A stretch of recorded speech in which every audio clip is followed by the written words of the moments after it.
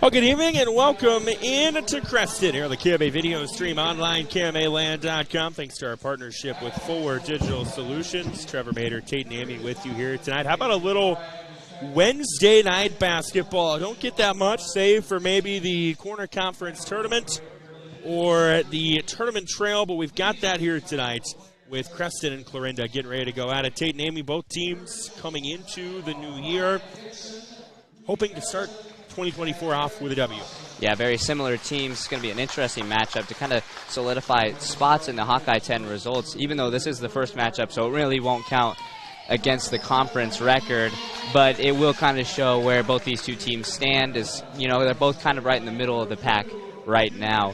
They played quite a few common opponents, but one that really stands out to me is their games against Glenwood, where Clarinda was able to come out on top with a 1-point victory, and then Creston dropped that one 64-34.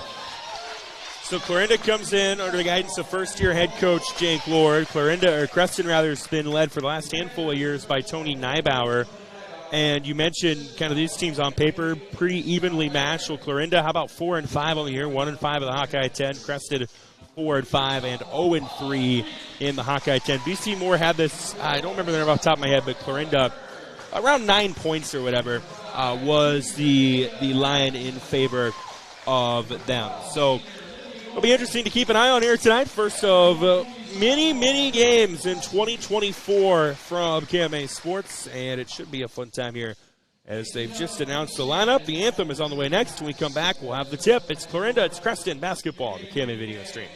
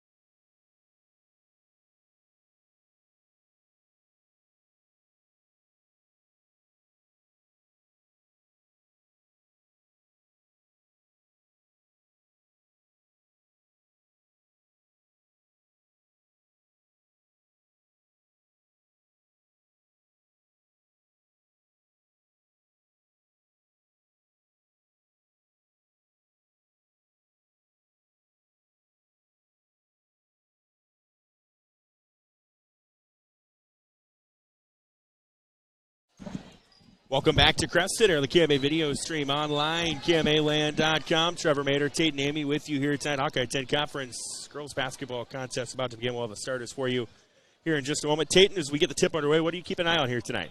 You know, I'm keeping an eye on this Clarinda team. You know, Addison Wagner, one of their leading scorers, went down with an injury right before the winter break. She's back in the lineup. She missed Denison and Harlan games for Clarinda. It's going to be interesting how she bounced back. So Clarinda basketball to start things. Jersey Knight with it left side. Bounce pass will go right side. Here's Wagner. Three, no good from her. Rebound underneath. Grabbed by Jersey Knight. Something Clarinda will try to do frequently. It's something that's been an emphasis for them throughout the year. And that pass is tipped out of bounds. It'll stay with Clarinda. Starters for Clarinda tonight. Looks like Jersey Knight, Addison Wagner, Sage Howard, Lily Merrill, and Maddie Cole will be in the rotation for Creston. We'll get that for you in just a moment. Knight, right corner. Kick out left side, Cole. Cole out top of Key Wagner in the paint. Howard, one strong dribble, missed it too long. Knight with another rebound, and she gets the putback. And Clarinda capitalizing on the boards early on. And then a whistle and a stoppage. And a warning called on Clarinda for a delay of game. There was a Cardinal tapped the basketball after the made basket. So the next time, if that were to happen again, it would result in it'd be a technical. 2 quick rebounds and points for Jersey Knight. 2-zip advantage, Clarinda. Meanwhile, Creston will bring it up the floor. Hall Enrique, Ella Turner, Avon Adamson, Lydia Goins, and Bryn Tussey. The rotation for the Panthers. They turn it over. Wagner will bring it across the floor. Top of the key to Maddie Cole. Cole, right corner, Wagner in the paint. Howard, one dribble, hands off to Merrill. Merrill tried to split the defenders and walked in the process, and a turnover back to Creston. 1:08 into this game, and the only points is a Jersey Knight offensive rebound turned into a basket. Clarinda will put some three-quarter court pressure on Creston as they bring it up the floor. Left side, Hall Enrique, 3-ball, good from her.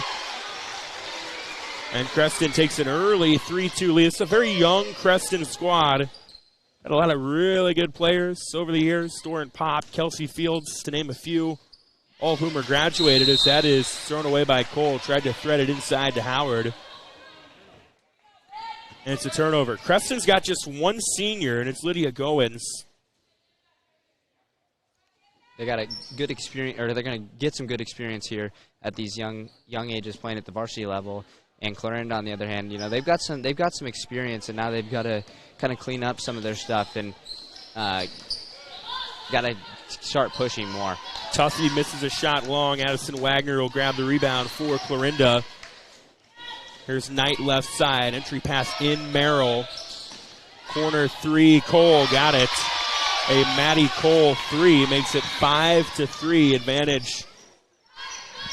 Clarinda, good inside-out movement by the Cardinals, set that up.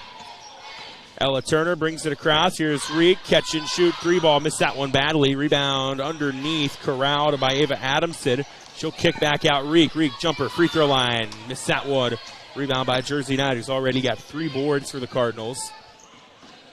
Up the floor, Knight, contested shot, doesn't go. Lydia Goins gets the rebound. Creston will throw it ahead. Turner underneath. Can't get the bucket, but gets the foul. And Ella Turner, the sophomore, will go to the charity stripe. 5-3 our score, with 5:24 to go here in the first quarter. Free throw coming for Ella Turner. I mentioned a sophomore. 44% shooter from the charity stripe, converts the first one. Creston as a team shooting just 43%. So the next one on the way from Turner, couldn't get it. Rebound, though, couldn't be corralled by Howard. It's out of bounds off of Clarinda. By the way, that foul was called on Maddie Cole. And it's a turnover back to Creston. 5:22 to go in the first quarter. Here's a jumper that is good from Ava Adamson, and Creston takes a 6-5 lead early on of this one. And a whistle and a foul on Creston. And it'll be underneath basketball for Clarinda. That foul, by the way, called on Bryn Tussey.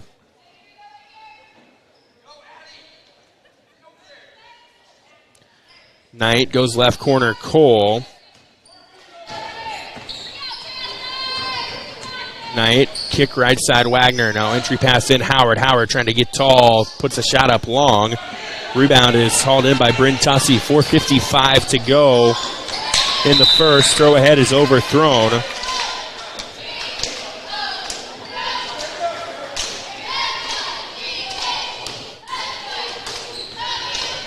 And back to Clarinda it goes. Oh, lob it right side, Cole. Pass in the lane, deflected, eventually stolen away by Ava Adamson. Adamson. He'll go out top. Reek. Reek holding it.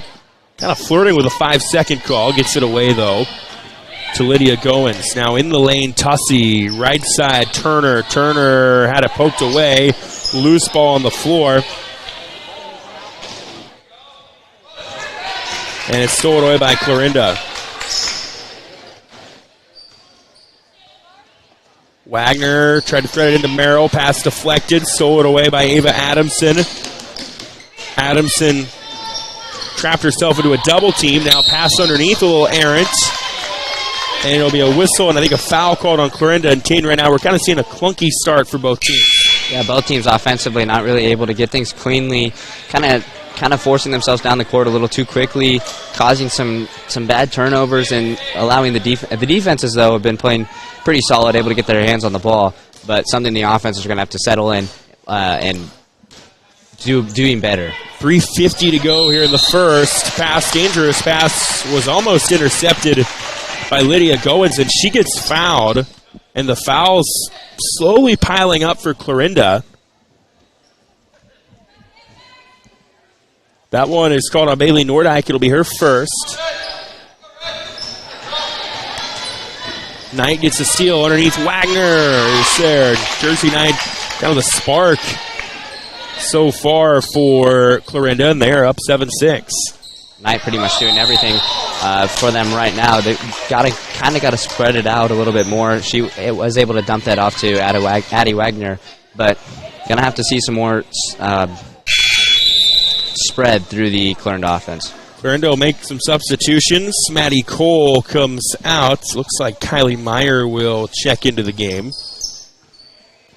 3:25 to go in the first quarter. 7-6 advantage Clarinda as Creston brings it up the floor. Pass underneath, try to go into Goins. It's deflected out of bounds, so we'll stay with Creston. And they'll inbound it with Hall and Reek. 7-6 advantage Cardinals on the inbound. They go out top. Goins, jumper, free throw line. Got it to roll. And a foul as well, a clear out foul. I think is going to be on Creston. It is. No, it's on Clarinda, rather, on Nordyke. Her second. And they might have called it before the shot. No, okay, they didn't call it before the shot, so shot counts. And then it's a foul on Nordyke. She's trying to plead her case. And it's a big foul for Creston because you get points and you get the ball as well. Yeah, that was huge, and that's something Clarinda's definitely going to have to clean up as well. They're kind of putting themselves in foul trouble here early. 3:10 to go here in the first quarter. Creston with it, right side, Ella Turner, pass deflected, stolen away by Meyer. Meyer, contested shot, missed it long, but she's fouled, so now Kylie Meyer will go to the free throw line. Both these teams so far tonight, like I said earlier, they're not really settling down and running a good, clean offense. They're kind of trying to hurry everything up, and it's causing for some turnovers and some problems. That foul, by the way, on Lydia Goins, her first, and Meyer knocks down the first. It is 8-8. Clarinda will bring a new face into the game in Carson Wellhausen. Sage Howard will get a sit. The next one from Meyer, good as well. And the lead is 9-8 in favor of the Cardinals. 2:55 to go here in the first quarter. Up the floor comes Reek. Lost it, stole it away by Merrill. Turnovers aplenty so far. Merrill throw ahead Meyer. Tried to go underneath Wellhausen. Deflected back to Meyer. Here's a jumper, no good. Rebound underneath is won by Lydia Goins. And Creston will bring it across. 2.5 to go here in the first. Right corner, Adamson. Tray ball. Got it. Ava Adamson to the right corner. Connects. And Creston regains the lead at 11-9. With 2:15 to go in the first. Meyer inside to Merrill. Makes the extra pass. Wellhausen can't get it. Rebound and fouled going up, and another board turns into an opportunity for Clarinda to convert, as now Carson Wellhausen will get that chance from the free throw line. Couple big offensive rebounds here so far tonight for Clarinda. I talked to Clarinda head coach Jake Lord before the game. His first one for Wellhouse is no good. By the way, that foul on Ella Turner, her second. I said, what's the biggest key? And he kind of paused for a minute, and he said, I think it's rebounding, and we've got to be able to turn the rebounds we get into points. Wellhausen misses both. Knight gets the rebound out of that, though. And again, the rebounds paying dividends for Clarinda. They can't get a three ball from Wagner. Knight, another rebound. That time it's blocked. Guess what, though? Right back to Meyer. Jumper, Knight inside the paint. Missed it, and finally Clarinda runs out of opportunities as Bryn Tussey gets the steal. Creston with numbers the other way. Adamson, a little 6-foot jumper, doesn't go. Addison Wagner gets the rebound. Minute 40 to go in the first. High post touch, Knight. Kick back out, Wagner. No look pass, right side, Meyer. Meyer, did she shuffle the feet? No, 3-second call on Clarinda. Don't see many of those these days. It's been a while since I've seen one, that's for sure. I think I've only seen two this season. I don't have a problem with that as long as you're not camping. People have a misconception of the 3-second rule as well. As loose ball is stolen away. Wagner got to it. Knight got a hand on it. Now Wagner up the floor. Knifes through the defense. Missed the shot short. Ella Turner gets the rebound. They've got numbers. Ahead to Adamson. Adamson layup. Got it. Ava Adamson with the bucket on the assist from Ella Turner. And Creston out to a 13-9 lead. Here in the first quarter. 1:02 to go in the frame. Merrill inside Wellhausen. Wellhausen draws the foul again. She'll go to the line. With 57 seconds to go in the quarter. Carson Wellhausen, who just went 0 for 2 moments ago, will go back. That, by the way, on Bryn Tussey, her second 15 foul on Creston. Wellhausen misses the first, so Clarinda will be in the bonus for the next 57 seconds of the quarter. It's a change this year, resetting fouls by quarter instead of half. Second one no good either. Holland Reek gets the rebound for the Panthers, and then it's out of bounds off of Wagner. Wagner got in the passing lane but couldn't hang on to it. 49 seconds to go in the first frame. Inbounded into Lydia Goins. She'll give it right back to Ava Adamson. Adamson high post touch to Tussey. Tussey wanting to go down to Adamson. Wagner stole it away. Now Wagner and Adamson fighting for it as they bring it up the floor. Bodies all over the place. Wellhausen to Wagner. Open shot is good. Fun little scrum there between Wagner and Adamson. Clarinda comes out of the good side of that. And it's 13-11. That play kind of shows how this game's been so far this year in this first quarter. It's been very scrappy defensive for both these two teams, and that play really just shows how scrappy both these two teams are trying to get loose ball situations. Pass deflected out of bounds. Stays with Creston. Adamson thought about driving in. She'll dump it out. Goins right side. Adamson. Shot clock turned off for Creston with 10 to go in the quarter. Reek, moonball three. No good, over the top of the shot clock, and now Clarinda's going to get a final shot in the quarter with 7.7 to go. They will bring it across with Meyer, down to 5. Meyer almost traveled, will dump Wagner. Wagner, deep three at the horn, no good. And that is how a fun first quarter will end. So we go to the second, 13-11 advantage Creston, or the KMA video stream at KMAland.com. At Clarinda Regional Health Center, our therapy providers are here for you to ensure that you receive the exceptional care that you deserve. We have therapists for physical, occupational, and speech therapy needs, as well as specialized services like pelvic floor therapy and lymphedema care. Whether you're recovering from a surgery or an injury, our team's goal is to get you back to optimal functional living. Learn more about our therapy team and services at clarindahealth.com. Yeah, chance. I will.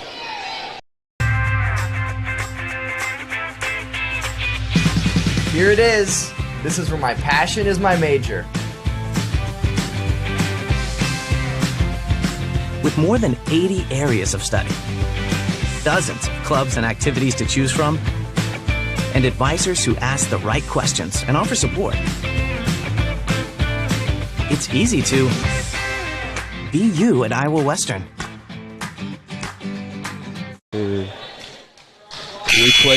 We played one here in Creston, 13-11 in favor of the Panthers here in the Hawkeye 10 girls basketball game. I believe it's a non-conference game. Technically, you can never really be too sure with the way the Hawkeye 10 schedule works.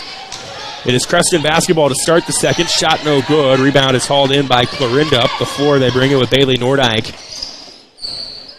Nordyke gives to Cole, right back to Nordyke. Drew the double team, goes right back to Cole. Cole now will give it to Addison Wagner. In the lane, Nordyke got behind the defense. Can't get the roll. Howard got the rebound, got blocked. Wagner misses a three, and the scramble for the rebound ultimately ends up in the hands of Lydia Goen. So a missed opportunity for Clarinda. The amount of opportunities that Clarinda's had, they're not able to capitalize very many, and they've got to do something about that. As Creston, on the other hand, they don't have quite as many opportunities, and they're capitalizing on way more. Creston gets a basket underneath. Look at Cadley Bailey just into the game. Makes it 15-7 in favor, 15-11 in favor of them. And Jersey Knight gets a bucket the other way for Clarinda to make it 15-13. And then a double dribble on Creston as they bring it up the floor. We'll give it back to Clarinda. We'll see some substitutions on both sides. Sage Howard out, Carson Wellhausen in. Also Ava Adamson comes back in. Lydia Goins is out. I mentioned Cadley Bailey on the floor right now for Creston. She's had some really solid games at different times this year for them. Right corner touch, Nordyke gives to Cole. High post touch, Knight. Knight will drive in. Drew some defenders, so she'll give to Wagner. Wagner attacking, little runner from her. Gets the roll off the front of the rim. And Addison Wagner knots this game up at 15. Early in the second quarter. Here's Reek out top of the key. Clarinda settles in to what looks to be a zone, kind of a trap zone. Splitting a defender was Bailey, makes the extra pass to Tussey, who gets the bucket. If you've got two defenders on you, that means somebody is open. You just got to find them, and Cadley Bailey does there, connecting with Bryn Tussey, and it's back up to a Creston lead of 17-15. Nordyke along the baseline, missed it short. Wellhausen rebound and fouled. Free throws have not been Carson Wellhausen's friend so far tonight, though 0 for 4 from the charity stripe. Wellhausen doing a good job going up with getting the rebound and going up with it right away. Able to draw the foul. Now she's just got to be able to capitalize on those free throws. That is the first foul on Ava Adamson.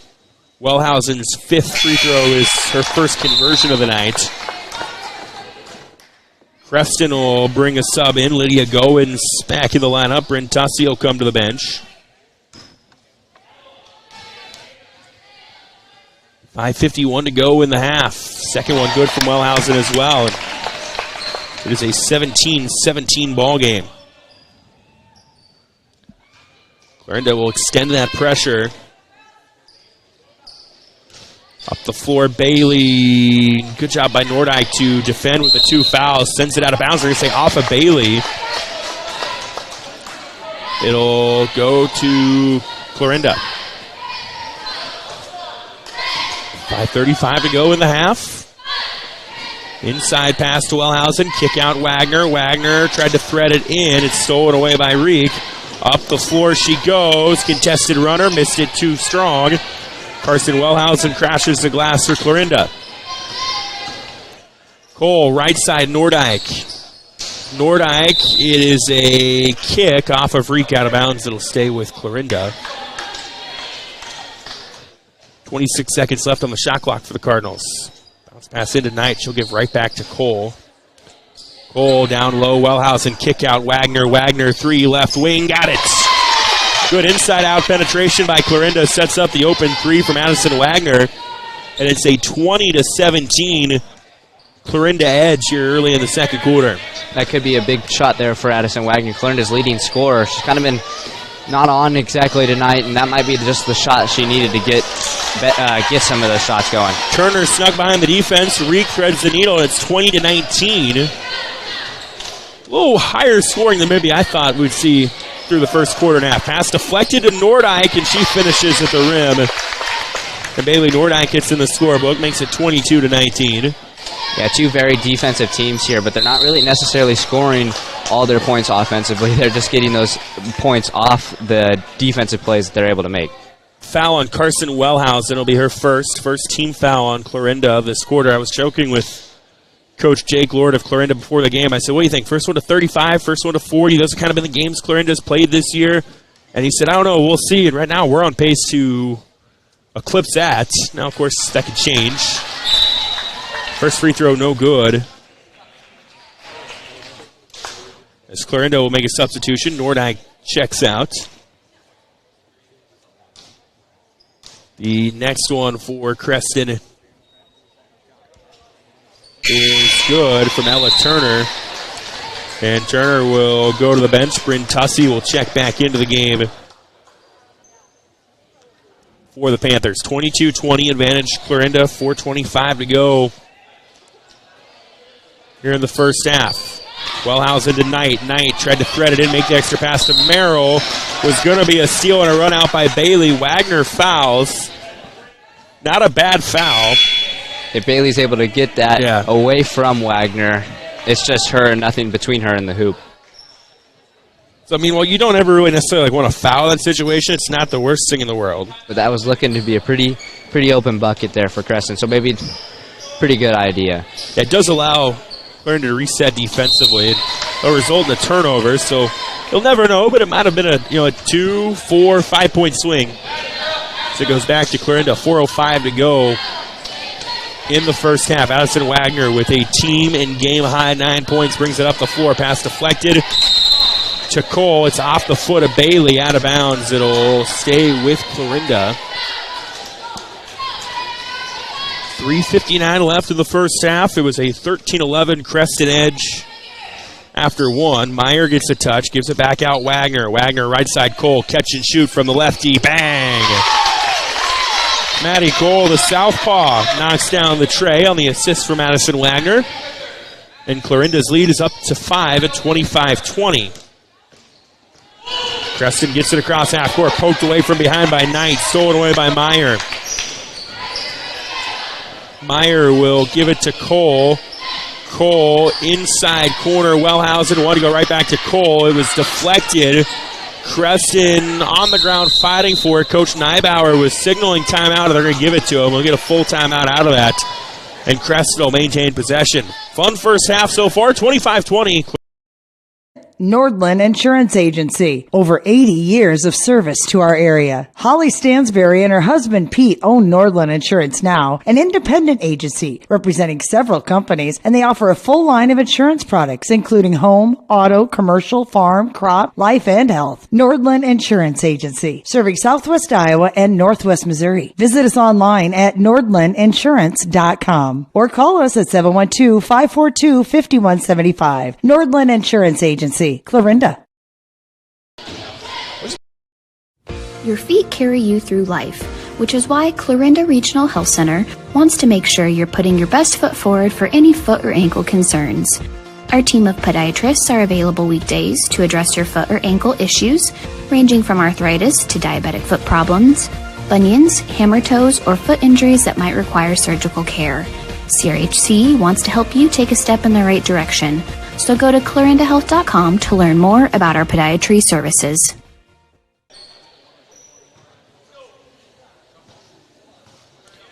.320 to go in the first half. 25-20 advantage Clarinda. It is Creston basketball coming out of this timeout. Trevor Mader, Tate and Amy with you here. It's on the KMA video stream. Left side three, Ava Adamson, no good. Underneath, the rebound is corralled by Kylie Meyer. And here comes Clarinda the other way. Largest lead of the night is where we're at now with a 5-point Cardinal edge. Wagner inside Meyer, deflected. Adams got it on the fight for the basketball. They will bring it up the floor. Right side Bailey along the baseline, stayed in bounds, had to throw it back out. Knight gets a steal for Clarinda. Knight up the floor, missed it short. Rebound by Tussey. Clarinda's pressure flusters Creston as they bring it up, but it's out of bounds off of Clarinda. It'll stay with Creston. As Bailey Nordike back into the game for Clarinda. Creston also makes a substitution. Bryn Tussey checks out. 2:40 to go in the half. Bailey being guarded by Knight as she brings it up the floor. Hands off to Goins. Now they go to Reek. Take a little time is Creston. 15 on the shot clock. High post touch, Turner. One to go in the right corner to Bailey. It's stolen away by Nordyke. Nordyke up the floor. Just tried to do a little too much. Probably had a better look than a pass. Was turned over for a moment, but then Creston gives it right back. A little 2-on-1 situation there for Clarinda that they just were not able to capitalize on again. A couple of those that we've seen tonight. Something this lead would be much bigger for them if they were able to capitalize on some of these situations. Knight right back to Cole. Cole step back tray. No good, missed it short. Rebound by Ella Turner. Nice little play design there for Clarinda to get it right back to the inbounder in the corner. Just didn't get the bucket to go. 2 minutes to go in the half. High post touch Turner. They'll go out top Reek. Bounce left side. Goins drew 2 defenders. Tried to split it. She jump ball called. Was about to take an extra step. Instead, it's a jump ball. The arrow will go to Clarinda. Sage Howard into the game. Howard just recently locked up her college future. She'll play at Northwestern College at Orange City in the future. Wagner will bring it across for the Cardinals. Try to go left side Cole. It's deflected and stolen away by Bailey. Bailey contested by Wagner and fouled by Wagner. And that is the second foul on Addison Wagner, so it'll put Cadley Bailey at the line with 1:44 to go. And you're in an interesting spot if you're Coach Jake Lord of Clarinda. First one is good from Bailey because you don't want Wagner to pick up she's been your leading scorer. She's been kind of that spark offensively. You don't want her to pick up a third before the break. So Kylie Meyer will actually come in for Wagner. Second one is good from Bailey. 25-22, 1:40 to go in the half. Cole inside to Howard. Howard, tough shot, no good. Rebound by Turner. 90 seconds to go in the half. Right corner, Bailey. Immediately Nordyke all over her. Bailey splits one defender, drives in, and is fouled from behind. Sage Howard hacks her, and that'll be free throws coming for Cadley Bailey. That foul on Sage Howard, her first. Fourth team foul on Clarinda. They get that last one, they go into the bonus situation. That could be big with a minute to go here in the second quarter. Bailey, a sophomore, I mentioned, been an increased player this year, shooting 45% so far from the free throw line. 100% that trip. It's a 1-point game, 25-24 advantage Clarinda. Minute 10 to go in the half. Cole on the right wing. One dribble, will throw it down. Howard right back. Cole, long two, is fouled by Reek. Reek was trying to get the block, getting good play design with the inside out penetration. Cole didn't have a three, so she took a couple steps in, then gets fouled. First team foul, or first personal foul on Holland Reek, second one for Creston. And now it's Maddie Cole's turn for some free throws. She's good on the first one. Wellhausen in on the Clarinda side as Howard will check out. Maddie Cole, a sophomore, 70% from the line this year in 10 tries. Doesn't get the second one, and the rebound is hauled in by Tussey for Creston. Under a minute to go in the half. High post touch, Tussey. Right side to Adamson. That's been her spot. That one is not there, though. But it was off of Cole, they'll say. Out of bounds. It'll stay with Creston. Cole was a little hesitant. Like, she thought it was going to be off her, so she backed away. But the official says it still touched you. That's one in that situation. You probably should just go up and grab anyway, but... Bailey catch and shoot three is good, and Creston's got the lead. at 27-26. Cole inside Wellhausen. Wellhausen trying to knife through defender. She lost it as she tried to split the double team, and it's out of bounds back to Creston. These Clarinda turnovers here in the second quarter have been, they've turned the ball over, both teams have turned the ball over quite a bit of times this entire game, but the second quarter, Clarinda has really struggled in turning the ball over, and it's giving Creston opportunities to score and giving them the lead. Coach Jake Lord takes a quick timeout. We'll be back here to one with the KMA video stream. C&B is proud to support our local farmers. Rooted in agriculture, we are committed to our customers. You can shop local with C&B, your John Deere dealer, providing you with new and used equipment, parts on hand, and service all year round. Our entire inventory is available to you online at DeereEquipment.com. C&B, proud to be your local John Deere dealer.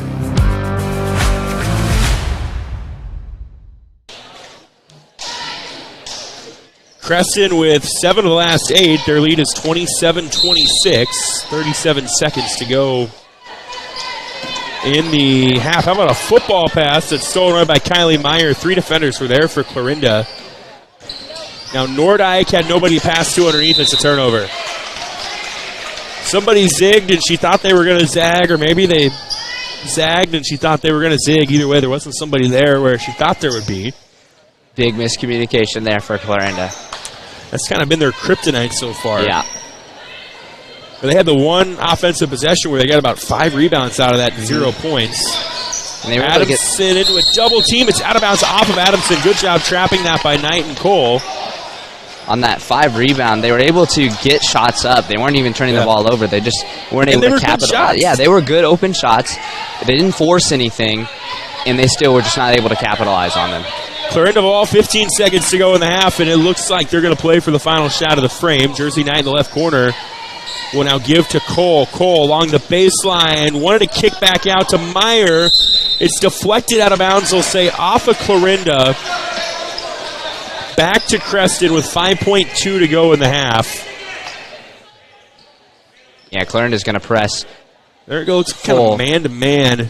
Looking to get a turnover here and maybe put something in with 5 seconds to go, probably. Adamson on the inbound will inbound it to Goins. Goins, 3, 2, 1, deflected by Knight. Goins catch and shoot 3 is no good. Missed it well short.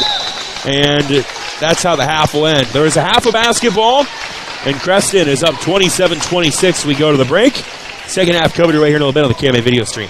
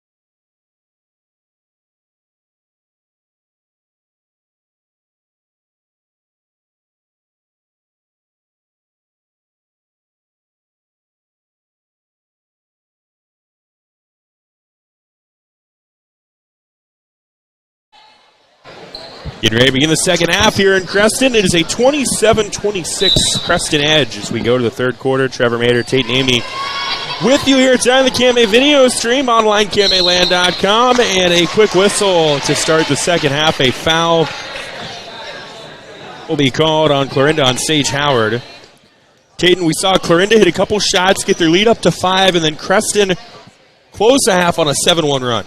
Yeah, Creston was able to close the half on that 7-1 run because of their defense. They were able to completely shut down Clarinda's offense, holding them just to that 25. They were able to score one more, get it up to 26, but not able to do very much offensively there at the end of the second quarter. Ava Adamson jumper, no good. Maddie Cole gets the rebound for Clarinda, races up the floor, kick left side, Wagner, 3-ball from her, missed. Rebound tipped into the hands of Ava Adamson. Left side with it is Reek. Shot might have been deflected. It's missed. Lily Merrill gets the rebound for Clarinda. 7:20 to go here in the third. Catch and shoot. Knight jumper, free throw line, no good. Ella Turner crashes the glass for Creston. The other way, jumper no good by Adamson. Long rebound deflected into the hands of Howard, and kind of similar to how the first half started. Second half a little clunky. Lots of good open shots, good opportunities. Neither team so far are able to capitalize in the second half. Inside touch Merrill to Knight, who gets the bucket. Jersey Knight on the feed from Lily Merrill gives Clarinda the lead at 28-27. Clarinda will put on some pressure. Creston breaks it. Reed kick out right side. Goins 3. Bang. Well, the best way to attack a trap is to keep moving the ball down the court. Eventually you're going to find somebody open, and that's what Creston does. Lydia Goins gets the bucket, and it's 30-28. Howard kick out right side to Cole. Cole will go left wing. Wagner attacking. Jumper inside the lane is money. Addison Wagner is the first in double digits tonight. She's got 10, and it's 30-30. Clarinda again will put a little token pressure on. Up the floor, Turner throws it away. It'll go back to Clarinda. 5:55 to go in the third. Both teams still playing good, strong defense, able to force some turnovers. Got to be able to capitalize a little bit more offensively, do both these teams. Howard can't get the basket to go. Merrill got the rebound, and that sets up a Maddie Cole tray to give Clarinda the lead at 33-30. Cole now up to 10 points, kind of a quiet 10 points. Underneath, Creston has numbers. Turner gets bumped, misses the shot, but she'll go to the free throw line. That foul is on Howard. It'll be her third. So Maddie Cole averaging right about 11 points per game as a sophomore is at 10 tonight. Free throw on the way from Ella Turner. Good. 33-31. Howard will now sit with her third foul. Carson Wellhausen.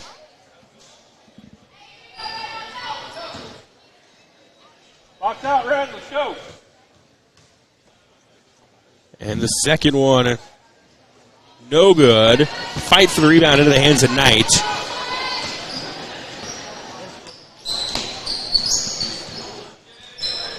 She'll bring it up the floor. 5:15 to go in the third. Left side touch, Cole. She'll draw a little more attention defensively, I'd imagine. So she'll lob it right side, Wagner. Down low, Merrill. It's kicked off of Creston.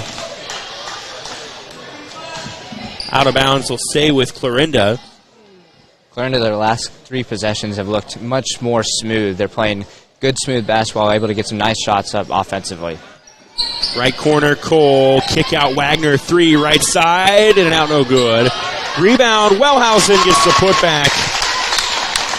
And the Clarinda leads up to 5. Wellhausen was able to get that put back in between 3 different defenders. Big shot for her. She's missed a couple of those tonight. Gets her 5th rebound. Here's Bailey. Nice jumper from Cadley Bailey. Kind of a quick release. Didn't have a lot of arc on that one, but it doesn't matter because it finds the net. Huge answer for Creston as they were kind of finding themselves down again. That's a big one, drawn back within 1. 35-34, Bailey with 12. Knight underneath. Merrill fouled by Adamson. And that'll be free throws coming up for Lily Merrill.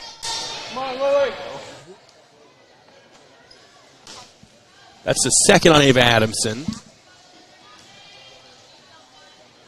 And the first one from Merrill is good. She gets in the scorebook. And it's 36-34. Clarinda holding on to a lead.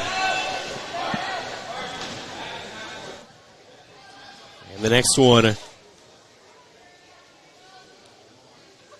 on the way from Merrill is no good. Rebound is grabbed by Ella Turner. Attacking was Adamson. She'll give left side Turner. Turner lost it. It ends up in the hands of Tussie. She can't get the bucket to go as it rattles out.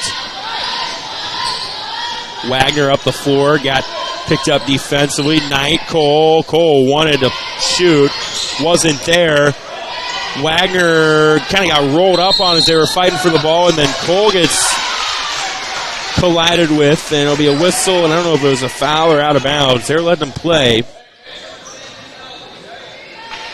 I don't know if either of those two really initiated contact. That's probably a decent one, decent call, because that's a tough position. 3:45 to go in the third. 36-34 advantage Clarinda. Right side Adamson is Merrill's on her. She'll go inside. Missed it long. Rebound by Knight. And up the floor comes Clarinda. Knight draws the foul as she attacks the hoop. And Jersey Knights has free throws on the way.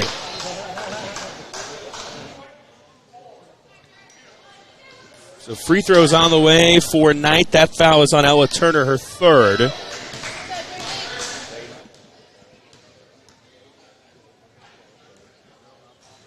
First one off the back of the iron, no good. Kylie Meyer will come in. Wagner will get a breather for Clarinda. Looks like Creston will sit Turner, who just picked up her third foul. Goins will come in. Second one is good from Knight, and the lead is up to 3 at 37-34. 3:25 to go in the third. Bailey on the right wing to Tussie. Tussie attack, kick out right side. Goins missed a long two. Knight grabs the board. Her 10th of the night. No pun intended. She's flirted with a double-double. Cole inside to Wellhausen. Wellhausen right back out to Cole. And it's poked out of bounds. It'll stay with Clarinda. 3:03 to go in the third quarter. Props to Creston for being able to kind of keep this as close as it is right now, because it feels like Clarinda's in almost complete control until they do stuff like that. Turnover by Clarinda. Tussie gets the steal. With it now is Goins. We'll go right side Bailey. Bailey gets it right back from Adamson. Three ball no good from her. Jersey Knights gets another board. 2.5 to go in the third. Meyer inside to Wellhausen. Wellhausen, two defenders. So what's she do? Jumps it off to Lily Merrill, who had no defenders on her. And Lily Merrill puts it up and in. 39-34, Clarinda. Wellhausen with the height, able to just kind of get that ball tapped over those two Creston defenders and get the assist. Knight with a steal. Brings it up. Lots of contact. They let him play through, and it's out of bounds off a Knight. It'll go to Creston. And a timeout will be taken by Creston head coach Tony Nybar. Back in one. At Clarinda Regional Health Center, our therapy providers are here for you to ensure that you receive the exceptional care that you deserve. We have therapists for physical, occupational, and speech therapy needs, as well as specialized services like pelvic floor therapy and lymphedema care. Whether you're recovering from a surgery or an injury, our team's goal is to get you back to optimal functional living. Learn more about our therapy team and services at clarindahealth.com. Hold on. Nordland Insurance Agency. Over 80 years of service to our area. Holly Stansberry and her husband Pete own Nordland Insurance Now, an independent agency representing several companies, and they offer a full line of insurance products, including home, auto, commercial, farm, crop, life, and health. Nordland Insurance Agency, serving Southwest Iowa and Northwest Missouri. Visit us online at nordlandinsurance.com or call us at 712-542-5175. Nordland Insurance Agency. Clarinda. 2-1. 2:07 to go here in the third. 39-34 advantage Clarinda out of the Creston timeout.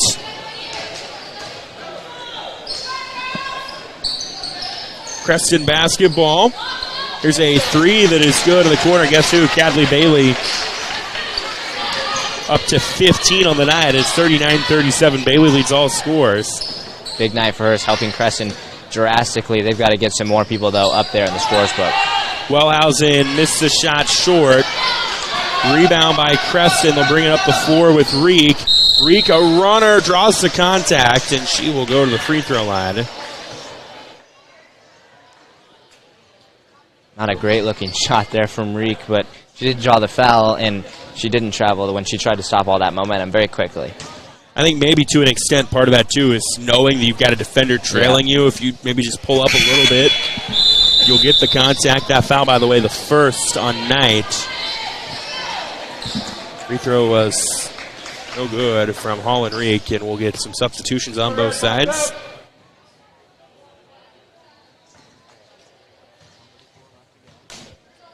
.134 to go in the quarter. Reek missed them both. Rebound by Wagner, who's back into the game. And Wagner will bring it up the floor. Inside touch, Wellhausen. Fight for a jump ball, and the arrow will stay with Clarinda.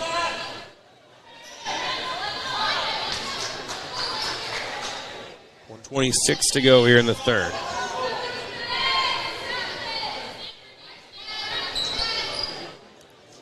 Down into Wagner. Knight right back to Cole. Three ball, no good. Wellhausen got the rebound, though, and draws the foul. That's been her game so far tonight, is Wellhausen doing a great job getting the rebound and going up with it.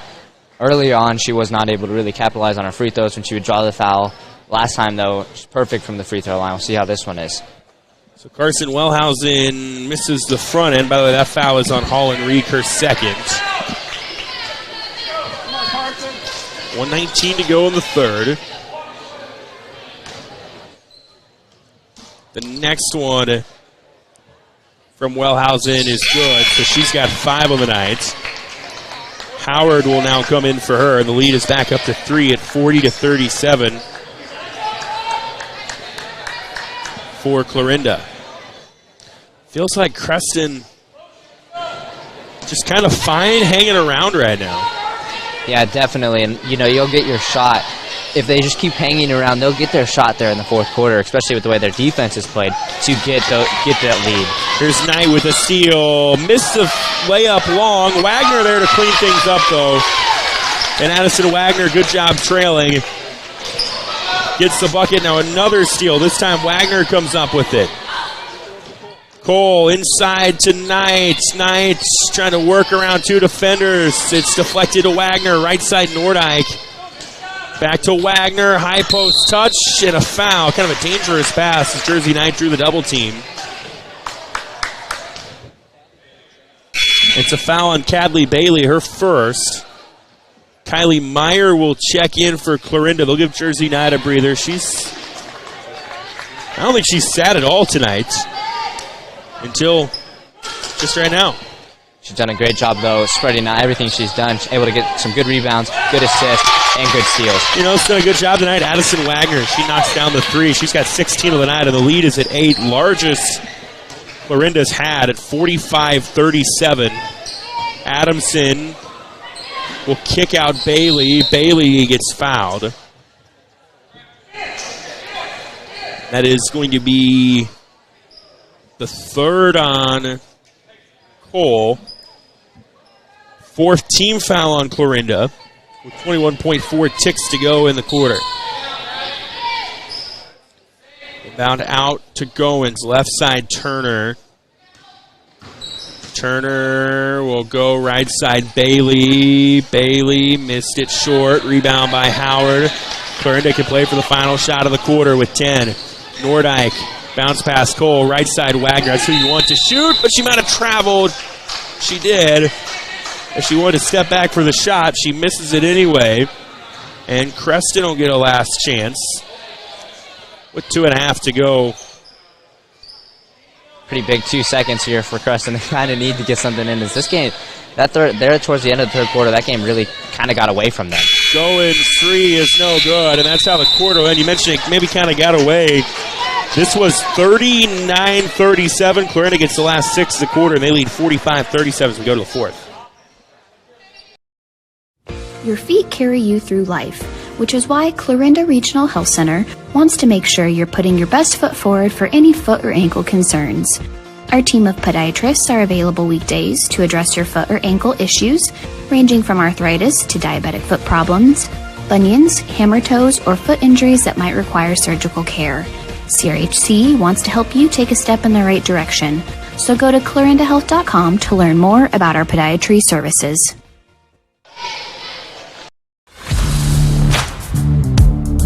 C&B is proud to support our local farmers. Rooted in agriculture, we are committed to our customers. You can shop local with C&B, your John Deere dealer, providing you with new and used equipment, parts on hand, and service all year round. Our entire inventory is available to you online at DeereEquipment.com. C&B, proud to be your local John Deere dealer. 2. On to the fourth here in Creston. It is a 45-37 Clarinda advantage. Trevor Maynard, Tate Namby with you here now in the KMA video stream, and the basketball will go to Clarinda to start the fourth. A 6-0 run for the Cardinals to end the third, and their largest lead of the night is where we are right now at 8 points. They'll bring it up the floor, Addison Wagner, left side Maddie Cole. Left corner Bailey Nordyke, right back to Cole, pass deflected to Wagner. Wagner right back to Cole, inside Nordyke. Nordyke, Cole, catch and shoot, missed it short. Eva Adamson crashes the glass for Creston, who needs a bucket in a big way. This has been the time tonight where Cadley Bailey has come up for them as Ava Adamson pulls up from the free throw line and misses. Maddie Cole gets the rebound. It's kind of a forced shot there for Creston, maybe not the one they were looking for. Nordyke will dribble left to right, gives right back Cole. Cole wanted to shoot, hesitated for a moment. It wasn't there. Nordyke, dangerous pass, deflected. She's trying to get it back. There's a fight for it between her and Bailey. And it's a jump ball. The arrow will stay with Clarinda. Cardinals will now sub Carson Wellhausen in for Sage Howard. 7:05 to go in regulation. Clarinda up by 8. Pass inside Wellhausen. Right back Wagner. Wagner, jumper from inside. No good. Nordyke comes up with the board. Gets it back on a pass from Cole. She hit the deck. Just had to kick it back out, and the throw is a little behind. It's a turnover. So back to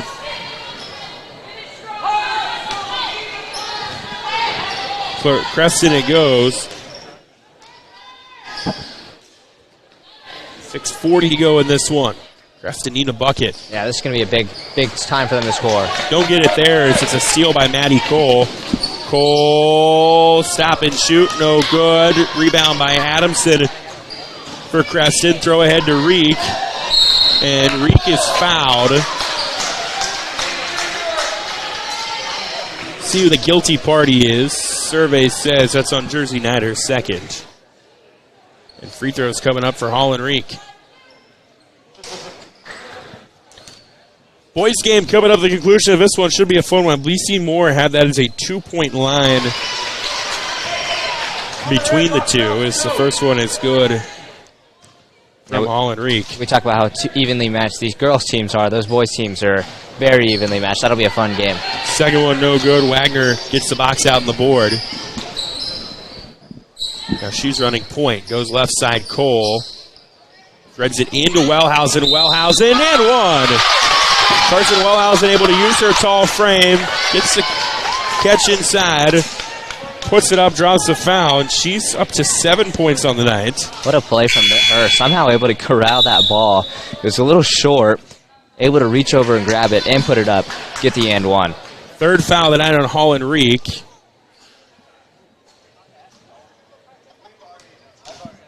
Here's a free throw for Wellhausen, trying to convert the old school three-point play, and she does. First time either team has got up by double digits tonight, 48-38. Advantage Cardinals, steal by Nordyke. Nordyke up the floor, it was blocked. Wellhausen got the rebound, but stepped on the line trying to dribble it out. And back to Creston, it'll go. 6 minutes to go in the fourth. High post touch, Tussey. Right side, Goins back into the game. She'll give to Bailey. Bailey, handoff, Adamson. Right side, Goins on a cut. Adamson couldn't get it. Tussey gets the rebound of the putback. And that stops the Creston drought, 48-40. Clarinda trying to answer. Pass ricochets off the basket. Throw ahead, Bailey. No good on the layup. Rebound by Cole. That could have been a big one. Would have been huge for Creston, actually, right there. And now as they bring it into the front court, Coach Jake Lord will call a timeout. 48-40, Clarinda, 5:22 left on the KMA video stream. Here it is. This is where my passion is my major. With more than 80 areas of study, dozens of clubs and activities to choose from, and advisors who ask the right questions and offer support, it's easy to be you at Iowa Western. 2, 1. 48-40, Clarinda holding on to a lead. 5:22 left in this one of the KMA video stream. Trevor Mader and Tate and Amy with you here tonight. Clarinda basketball out of the timeout. Inside touch, Wellhausen. Cole will attack now. Nothing there for the taking. She'll kick out to Knight. Knight, long pass, Wagner. Down to 12 on the shot clock. Wellhausen back to Wagner. Wagner catch and shoot three, no good. Good box underneath by Knight. She gets the board and draws the foul. And Jersey Knight will have free throws coming her way.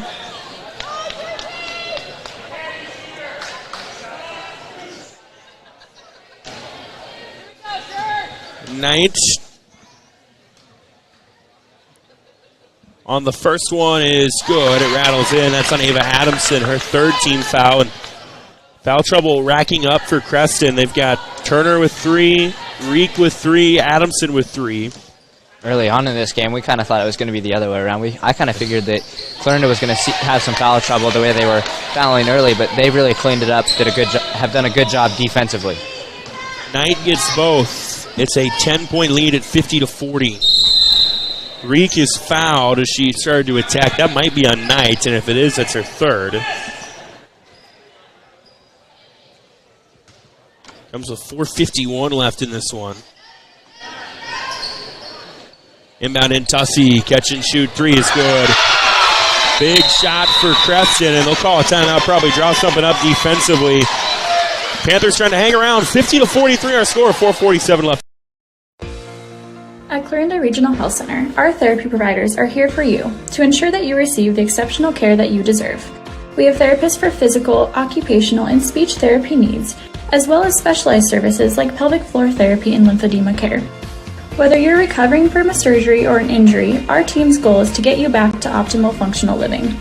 Learn more about our therapy team and services at clarindahealth.com. Hold on.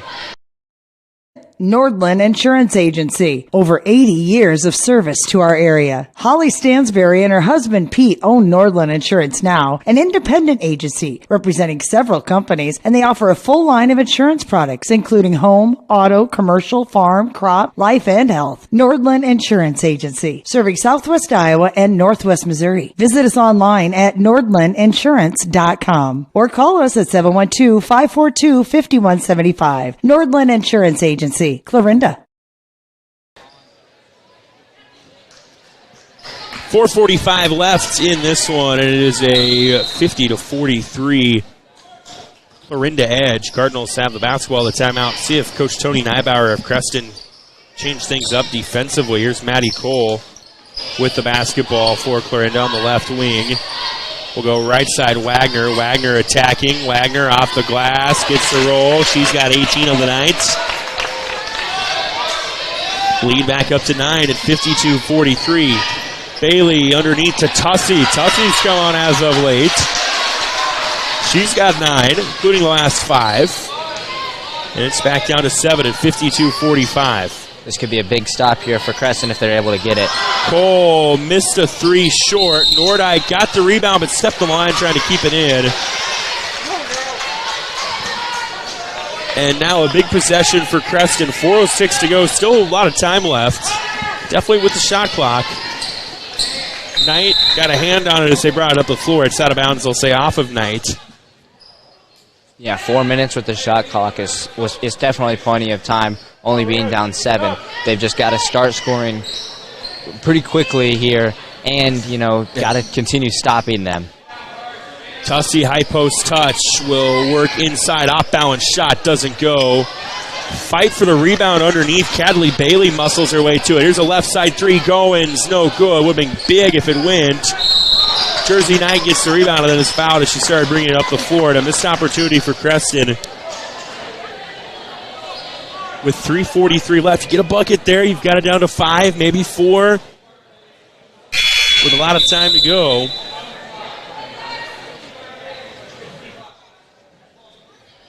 Creston will make a sub. That's the 4th foul on Ava Adamson. But she's not the one that will come out. Lydia Goins will come out for them. Ella Turner back in. Pass deflected into the backcourt. Clarinda maintains it. Cole down low. Nordijk. Nordijk got picked up defensively. Gives to Wagner. Wagner to Cole. Inside Wellhausen. Right back Cole. Down to 12 on the shot clock. Cole to Wagner. 3. In and out. No good. Nordijk though. Rebound, but she fell down.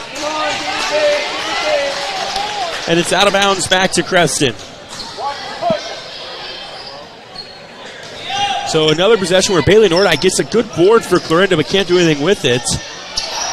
But Creston almost turns it over. Adamson wasn't expecting the pass.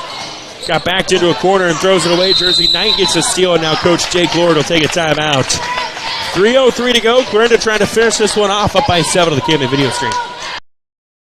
Your feet carry you through life, which is why Clarinda Regional Health Center wants to make sure you're putting your best foot forward for any foot or ankle concerns. Our team of podiatrists are available weekdays to address your foot or ankle issues, ranging from arthritis to diabetic foot problems, bunions, hammer toes, or foot injuries that might require surgical care. CRHC wants to help you take a step in the right direction, so go to clarindahealth.com to learn more about our podiatry services.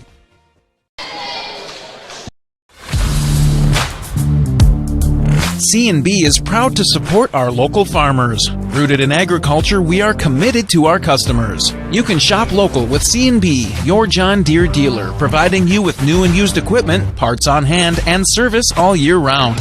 Our entire inventory is available to you online at DeereEquipment.com. C&B, proud to be your local John Deere dealer.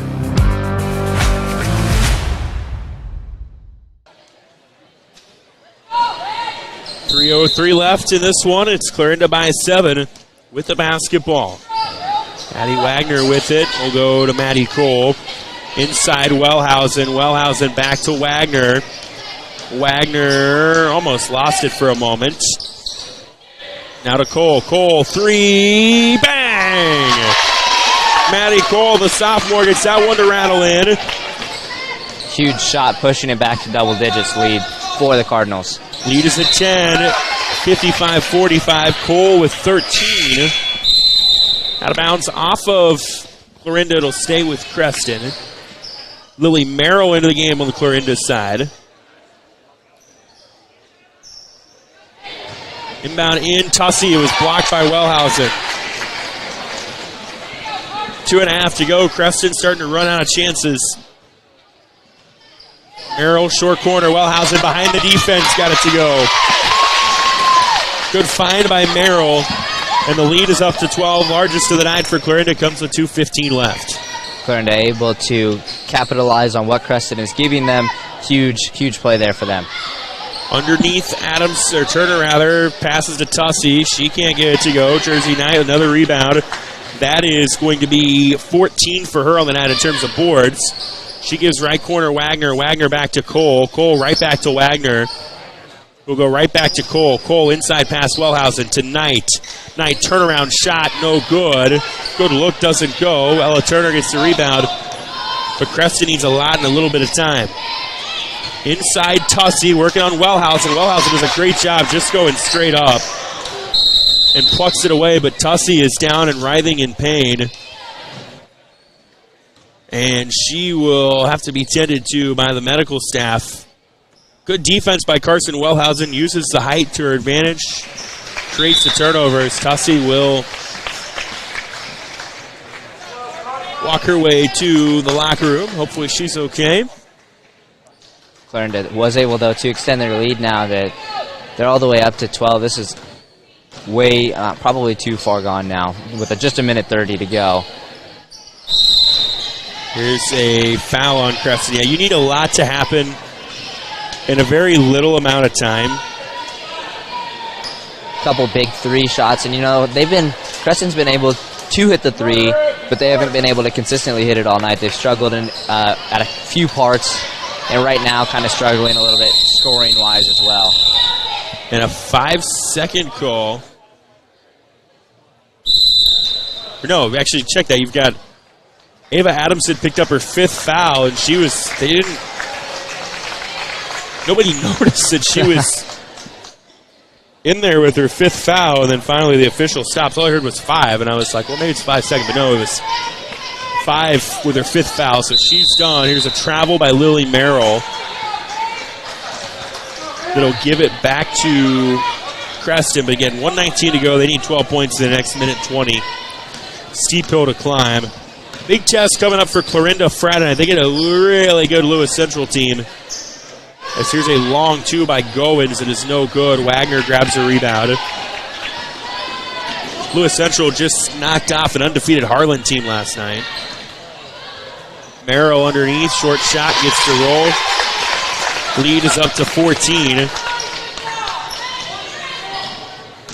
Clarinda looks like they're going to start 2024 with a win. Creston is going to get a Denison team that's been playing pretty good as of late. As there's a turnover back to Clarinda. Denison Schleswig beat Clarinda right before the Christmas break. They come into the new year on a 3-game win streak. Creston will get some new faces into the game for the final 43 seconds.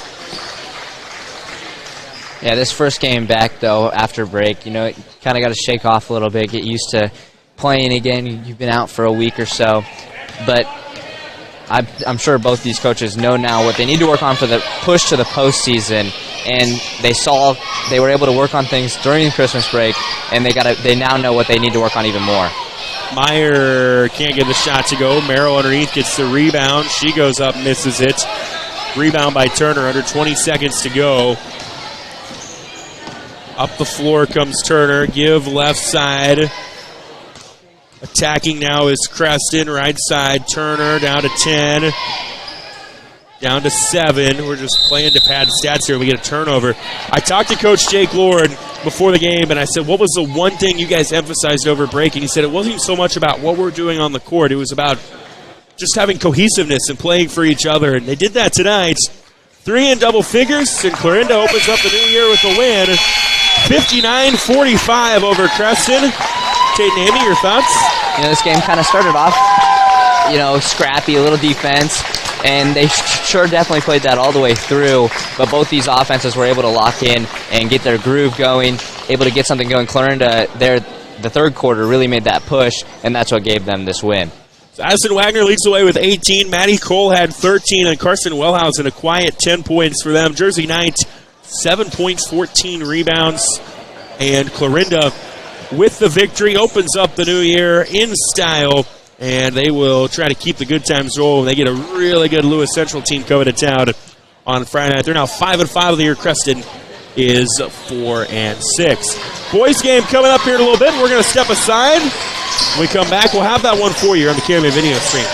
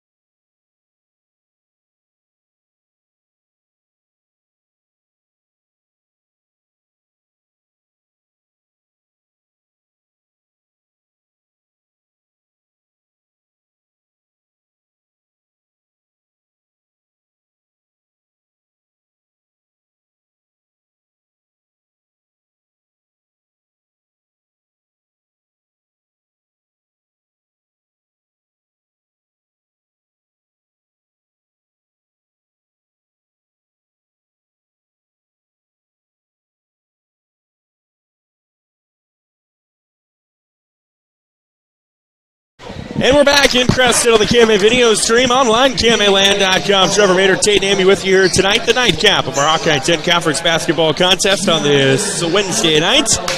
It is Clarinda, it is Creston, and Tate and Amy. It's two teams on paper that look very evenly matched. Yeah, even though their records kind of don't show it, Creston coming in with the 1-5 and Clarinda 4-4. This is going to be a very fun game. Both these two teams very evenly matched. So it should be fun. You mentioned the records. Both teams kind of hovering around 500, and both teams have athletes across the floor. Just looking at the lineups, for Clarinda, they're going to roll with Kyle Wagner, Dalton Wright, Samuel Klein, Andrew Jones, and Creighton Tuzio. Meanwhile, Creston, maybe a little bit of a slower start for Creston this year because they do have a handful of guys. Kale Turner's the one that stands out that were contributors to a really, really good football team that made a deep run. They're going to run with Cale Turner, Gavin Milslager, Parker Varner, Jake Hoyt, and Tony Davidson. Tate, as we get things underway tonight, what kind of has your eye? What are you focused on? I'm focusing on a Clarinda scorer who every game this year has been able to put up good numbers, and I'm curious. Creighton Tuzio has been able to put up great numbers every single night in, night out. I'm curious if Creston's going to be able to contain him a little bit because he can do it from underneath the hoop to beyond the arc as well. Clarinda, by the way, under the guidance of head coach Connor Hannafin, first-year head coach on the boys' side, had been the girls' head coach for a handful of years before taking over the program this year. Meanwhile, Creston is led by head coach Bryce Schaefer. I don't know the total amount of years Coach Schaefer has been there now. I want to say we're going on year 5. Corning graduate, coached at Worth County before taking over the Creston program. And they come in 1-5 on the season, but that record might be just a tad deceptive. BC Moore, if you're into that sort of thing, did have Clarinda about 2.5 point advantage. So should be a fun one here tonight. Clarinda donning the black jerseys. Creston donning the white jerseys. Clarinda girls got a win earlier. See if the Cardinals make it a sweep or the Panthers make it a split. We're going to find out over the course of the next 32 minutes of basketball. Another thing to kind of look out for, Sam Klein, not a usual starter for the Cardinals, making his starting debut tonight. Not a usual face that they see on the. They see him on the court quite often, but kind of like their first man off the bench. And the tip is won by Clarinda. Kyle Wagner will run point for the Cardinals. Wagner being guarded defensively by Gavin Milslager. Looks like a man-to-man look for Creston. Klein on a cut hard to the hoop, missed it short. Rebound by Jake Hoyt. Up the floor comes Creston. Turner, left corner. Milslager, no good. And the rebound is hauled in by Sam Klein. I'm going to guess the pace of this game will be a little different than what we saw in the girls' game earlier. Yeah, both these two defenses are able to. They're scrappy as well, but they're going to move the ball very fast going up and down the court. Dalton Wright can't get the shot to go. It's out of bounds. It'll stay with Creston. 7:20 to go in the first quarter. No score so far. Clarinda offensively, 2 aggressive drives right off the start. Tuzio to Jones. Left side, Wagner. Wagner gets hip-checked and fouled by Gavin Milslager. These teams, in terms of height, looks like pretty evenly matched. We're into basketball. Wagner on the inbound will give it to Jones. 2 defenders were there. It is sent out of bounds. It'll stay with Clarinda. 7:15 to go in the first quarter. Inbound into Wagner. Wagner being guarded fiercely right now by Milslager. Tried to hand it off. It's deflected. Varner got the steal. Had it stolen back away, though, by Klein. We've played a minute, and we're scoreless still. Both these two teams playing great defense, able to get their hands in on the ball, force some pressure for the offenses. Klein, right side, Wagner throw behind him, out of bounds. It's actually tipped by Creston. I thought maybe it was just behind him, but no, it was tipped by Creston. And it'll stay with Clarinda. Inbound in along the corner. Klein couldn't hang on to it. And that time it is out of bounds off of Clarinda back to Creston.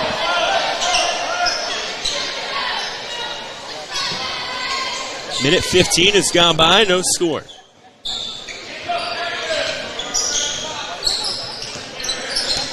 Clarinda, a little extended pressure. Something like a 1-2-2.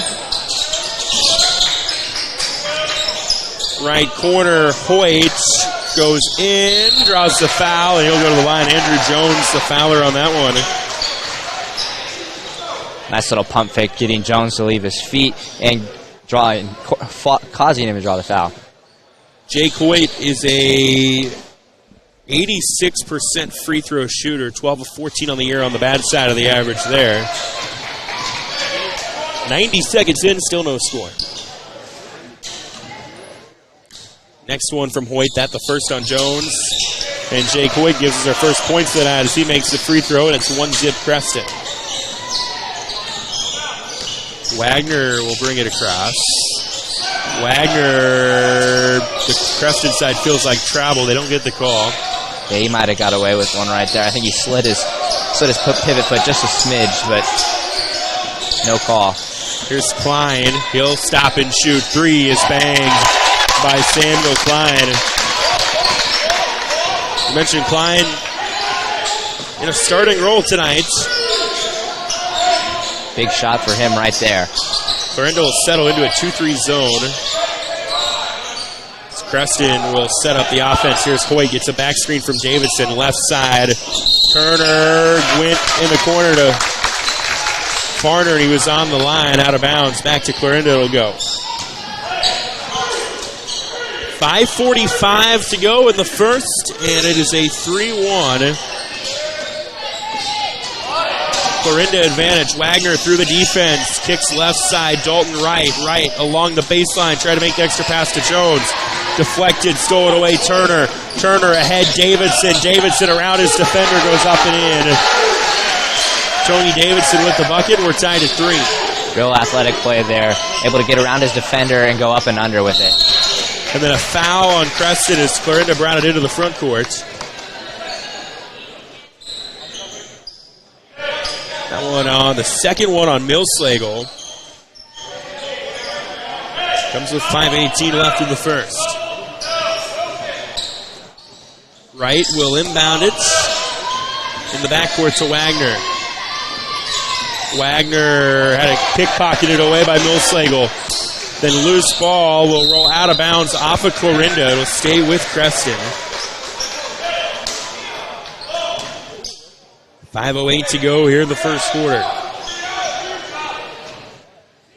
Turner inbounds it in to Varner. Right side Turner. Was there a foul on the floor? I think there was. That's going to be on Dalton Wright, his first.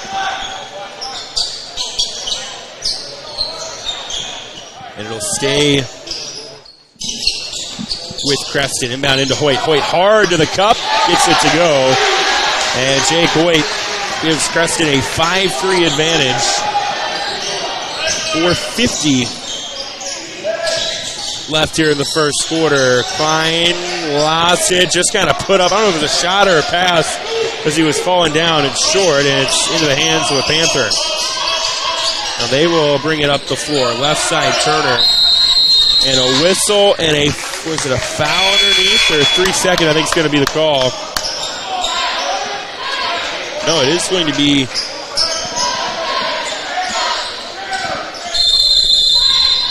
a 3 second on Creston, and then a substitution kind of miscue by Creston.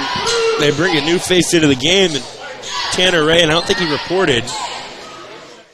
And they will call offensive foul on Creston was the whistle. So now they'll bring Ray in. Millslagle will sit. Clarinda will put Warner Schmidt into the game. As Wright will sit.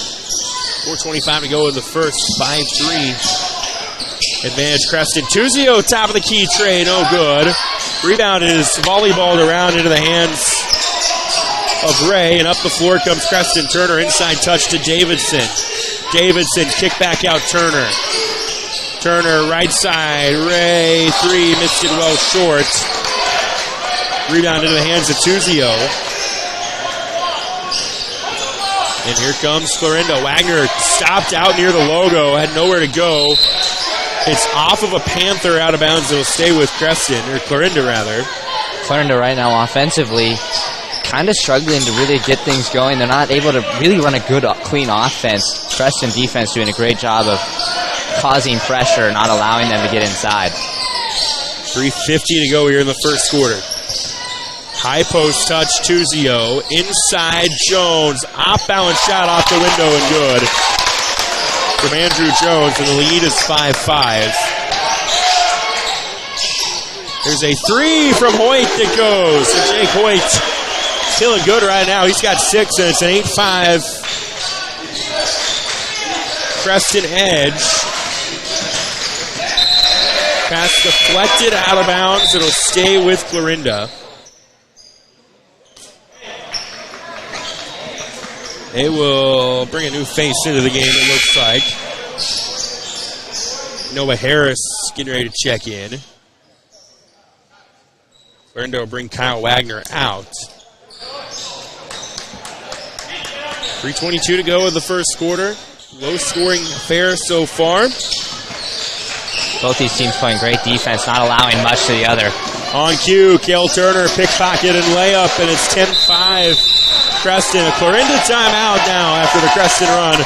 We're back in Nordland Insurance Agency. Over 80 years of service to our area. Holly Stansberry and her husband Pete own Nordland Insurance Now, an independent agency representing several companies, and they offer a full line of insurance products, including home, auto, commercial, farm, crop, life, and health. Nordland Insurance Agency, serving Southwest Iowa and Northwest Missouri. Visit us online at nordlandinsurance.com or call us at 712-542-5175. Nordland Insurance Agency. Clarinda.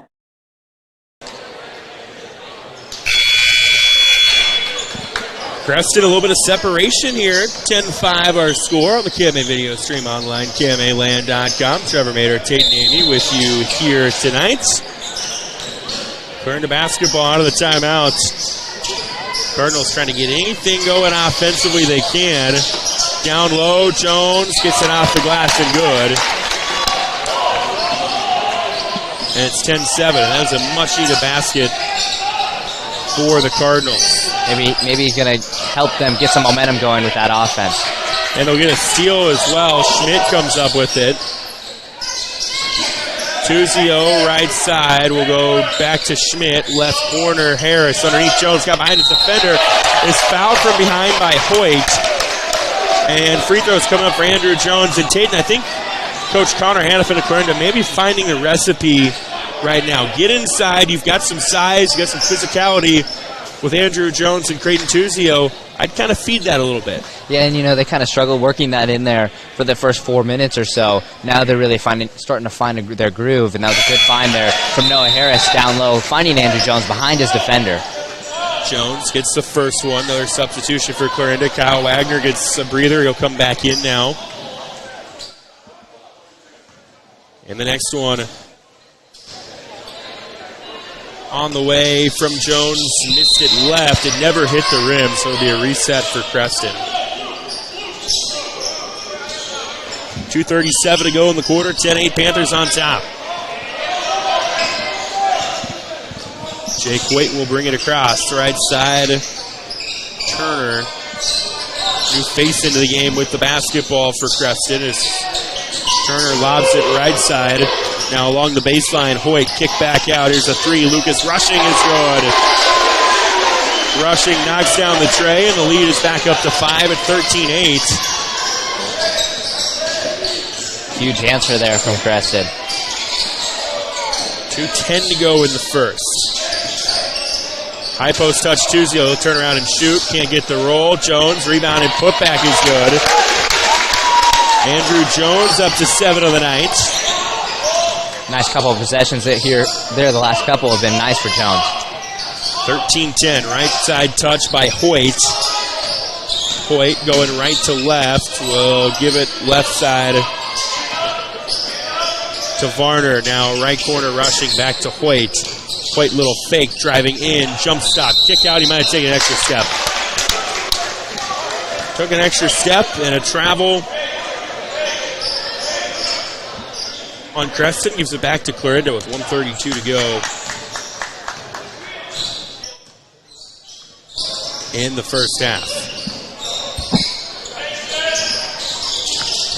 Here's Schmidt with it. Goes inside Jones through two defenders. And they're going to call an offensive foul on Andrew Jones. Tried to create a little separation. And they call the offensive foul. It's his second. That's big. He will sit now. Jones having a big night. That's definitely a big foul right there. And credit to Bryce Schaefer on the Creston side to realize that was really where Clarinda was feasting. Hey, we're going to put two guys on when he gets the ball. Creates a foul. Here's Davidson. Thought about the three. Will drive in. Split defenders. Kick out right side. Turner. Open three. Good. Good ball movement by Creston to attack and then dish. And the lead is up to 6 with 55 seconds to go in the quarter. Klein, right side Wagner. Wagner along the baseline, missed the shot long underneath. Harris got the rebound, blocked from behind. Into the hands of a Panther. It was Varner. Hoyt goes to Varner. Left side Turner. Turner drove in. Pass was off of Davidson, out of bounds. It'll go to Clarinda. Shot clock turned off. That fastball movement from Creston, they were moving it very, very quickly on that one, and that's kind of what lost track of it and knocked it out of bounds. So turnover. 27 seconds to go here in the quarter. 6-point lead, largest of the night for the Panthers. Clarinda can play for the final shot of the quarter if they want. Here's Kyle Wagner with it out near the logo. Wagner tried to thread it in to Harris. It's deflected, stolen away by Hoyt. Hoyt, coast to coast, missed it short. Rebound by Harris, under 10 to go in the quarter. They will run it across Schmidt, down to 5. Schmidt, deep three, moonball three is no good. And that is how the quarter will end. So Creston will take a 16-10 lead into the second here. Your feet carry you through life, which is why Clarinda Regional Health Center wants to make sure you're putting your best foot forward for any foot or ankle concerns. Our team of podiatrists are available weekdays to address your foot or ankle issues, ranging from arthritis to diabetic foot problems, bunions, hammer toes, or foot injuries that might require surgical care. CRHC wants to help you take a step in the right direction, so go to clarindahealth.com to learn more about our podiatry services.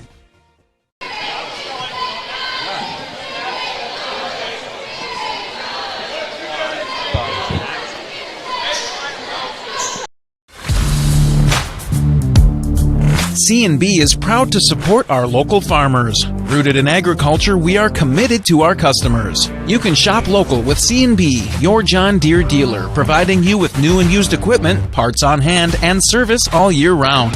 Our entire inventory is available to you online at DeereEquipment.com. C&B, proud to be your local John Deere dealer.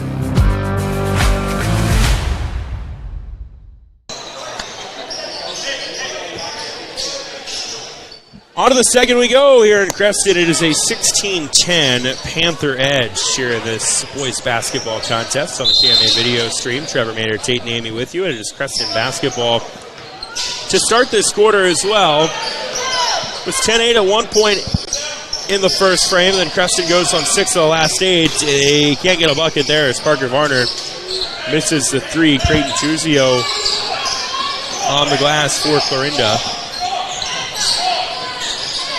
Wagner running points, being guarded fiercely by Turner. Wagner kick out right side, long 2 is good from Noah Harris.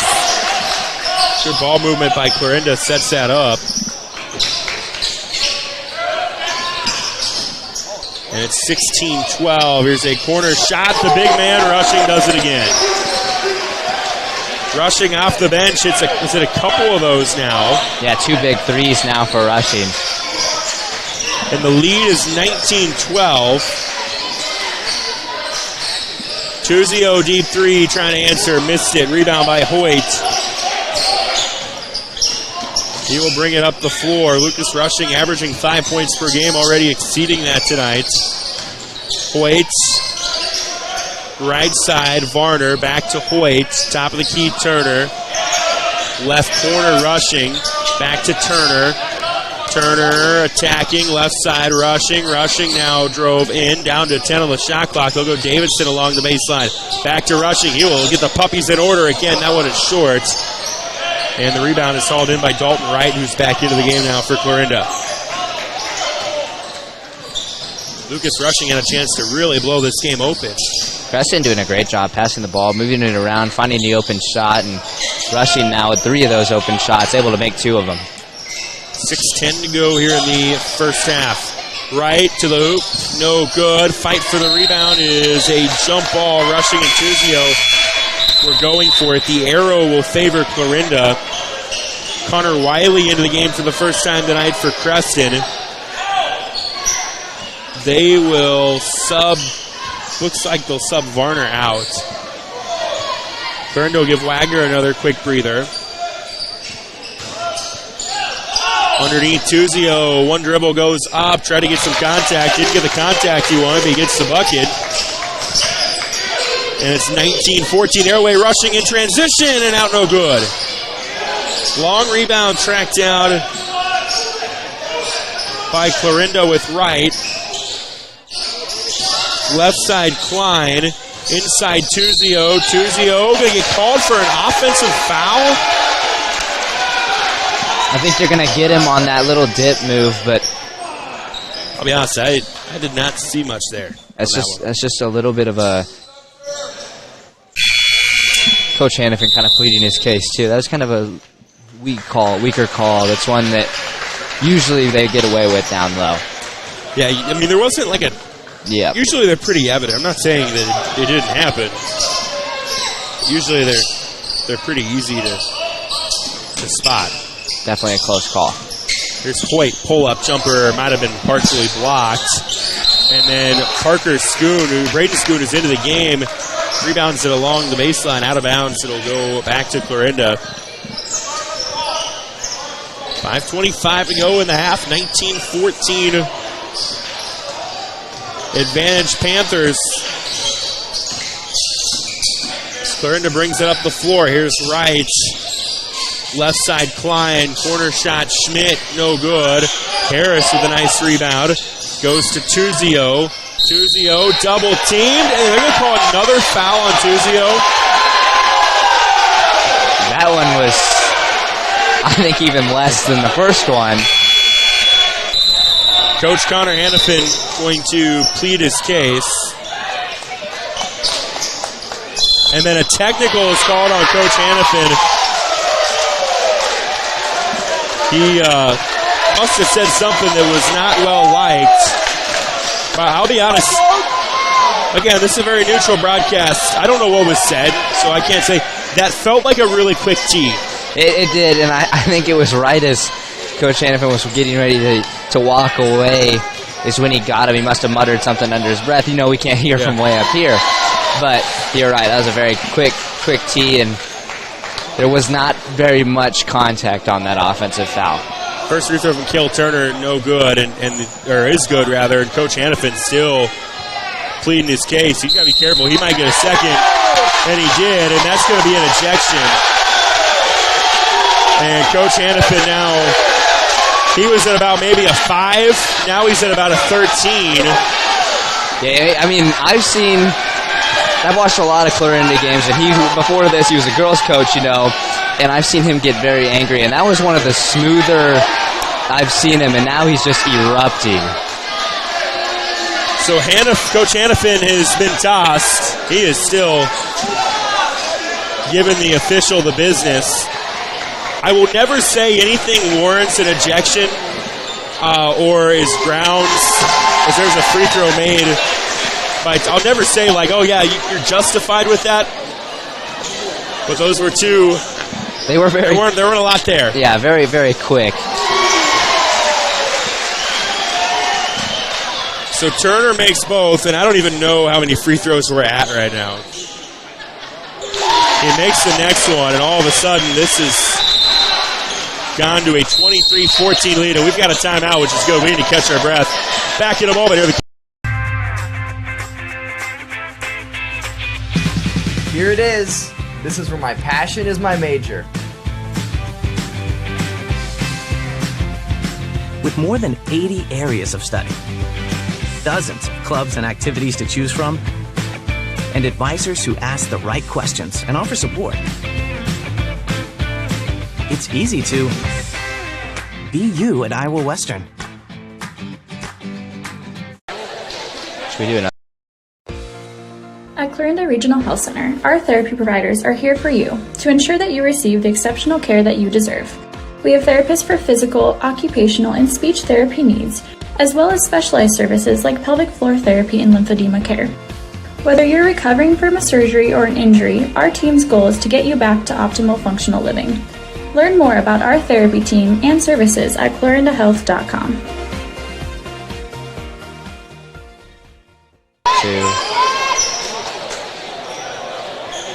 23-14 advantage, Creston, or the KMA video stream online, KMAland.com. An interesting ball game happening here at Tigers. Cale Turner, 3 is good. He's up to 12, and the lead is at 26-14, and all the momentum is on Creston's side right now. We'll kind of set the scene for you the next stoppage we get. Here is Noah Harris with it out top for Clarinda. Left side 3, Wagner, no good, missed it short. Cale Turner with the rebound. Up the floor comes Turner. Now they go left corner, Jake Hoyt. Hoyt gets the runner to go, and the lead is up to 14. I thought Hoyt might have taken an extra step there. That was pretty close, but nonetheless, good job getting around his defender, getting the bucket. So 28-14 our score. Here's a 3 blocked by Hoyt, and Hoyt will run it out and lay it in. And a timeout will be taken by Clarinda. The Panthers pulling away early up. Nordland Insurance Agency. Over 80 years of service to our area. Holly Stansberry and her husband Pete own Nordland Insurance now, an independent agency representing several companies, and they offer a full line of insurance products, including home, auto, commercial, farm, crop, life, and health. Nordland Insurance Agency, serving Southwest Iowa and Northwest Missouri. Visit us online at nordlandinsurance.com or call us at 712-542-5175. Nordland Insurance Agency, Clarinda. Your feet carry you through life, which is why Clarinda Regional Health Center wants to make sure you're putting your best foot forward for any foot or ankle concerns. Our team of podiatrists are available weekdays to address your foot or ankle issues, ranging from arthritis to diabetic foot problems, bunions, hammer toes, or foot injuries that might require surgical care. CRHC wants to help you take a step in the right direction. So go to clarindahealth.com to learn more about our podiatry services. 2, 1. And we're back here in Creston, the KMA video stream online, KMAland.com. 30-14, Creston leading this one right now. It is now what has been a 11-0 Panther run. Kyle Wagner will bring it across for Clarinda. Cardinals just trying to get any sort of points going. Yeah, they've struggled tonight so far getting something going offensively. There's a nice little streak where they were able to, and now they've really hit that drought again. Tuzio shot no good. Rebound underneath by Parker Varner of Creston. The other way, Turner on the right wing. Attacking, kick out, left side Varner. Varner makes want to make the extra pass to Davidson. Davidson got it back, down to 15 on the shot clock. Left side 3 is good from Connor Wiley. His first points of the night. And the lead is up to 19, and the run is at 14-0. Wiley took that shot with a hand in his face and was still able to bury it for the 3. Left side Wagner goes along the baseline. I don't know if it was a pass or a shot. He finds Tuzio. Tuzio gets the bucket. And that stops what would have been a 14-0 Creston run. Along the baseline, Davidson, the Clarinda side, feels like he stepped on the base on the line on the baseline. Misses the shot. And it's rebounded by Clarinda. Klein, a 3-ball, no good. Rebound is hauled in by Braden Schoon. Stolen away by Wright, and then a foul. He was about to run out. If you're just tuning in, there were a couple of, I think it's safe to say, ticky-tack offensive fouls on Clarinda. Coach Connor Hannafin had a conversation with the official. Don't know what was said. Got called for a technical. That only added fuel to the fire and resulted in a second technical, and Coach Hannafin being ejected from tonight's game. Clarinda's got a very veteran assistant, though, taking over the head coaching duties now. I'd imagine is underneath Andrew Jones, who's playing with 2 fouls. Gets the bucket. Frank Seifert, longtime Bedford head coach on the staff. He's kind of calling the shots right now as Tony Davidson goes up and under, and he gets the basket.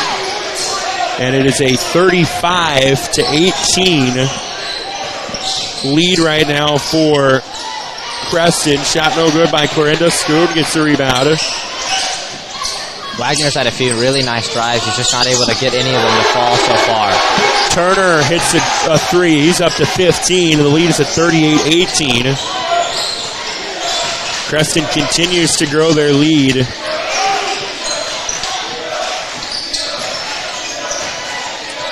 Oh, layup from Wright, no good.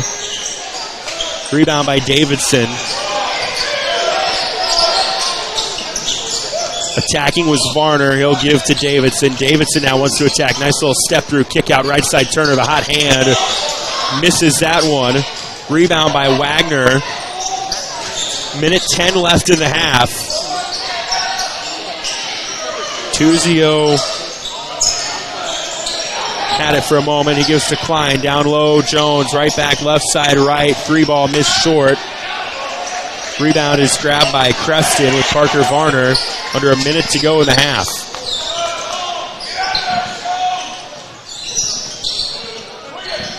Right side, Wiley. Will go left side now to Turner. Turner along the baseline, swatted away by Tuzio. Clarinda grasping for every little play that they can make to get any momentum. They need it right now. It's completely shifted towards Creston. 40 seconds to go in the half. Lead is 20 for Creston. Davidson will kick left side. Turner. Turner 3. Missed it. No good. Davidson gets the rebound. Had it stolen away, though, by Wright. Wright, underhand shot, no good. Rebound is tipped around to nobody. Out of bounds it'll go. It'll be Clarinda basketball, they say. With 21.8 left in the half. Be big right now for Clarinda to draw something up and just get a play, get a score in. Here's Jones. Jones to the hoop, missed it. Him and Tuzio kind of fought against each other for the rebound. Tuzio got it, couldn't get it. Second chance is there. And it's 38-20, under 5 seconds to go in the half. Catch and shoot, Hoyt, 2-ball, no good. And we have reached the second half. Well, we've got to halftime at least. We'll have second half here in a little bit. Interesting first quarter. It was chippy. And it's a Creston lead, 38-20. Here at the break on the KMA video stream.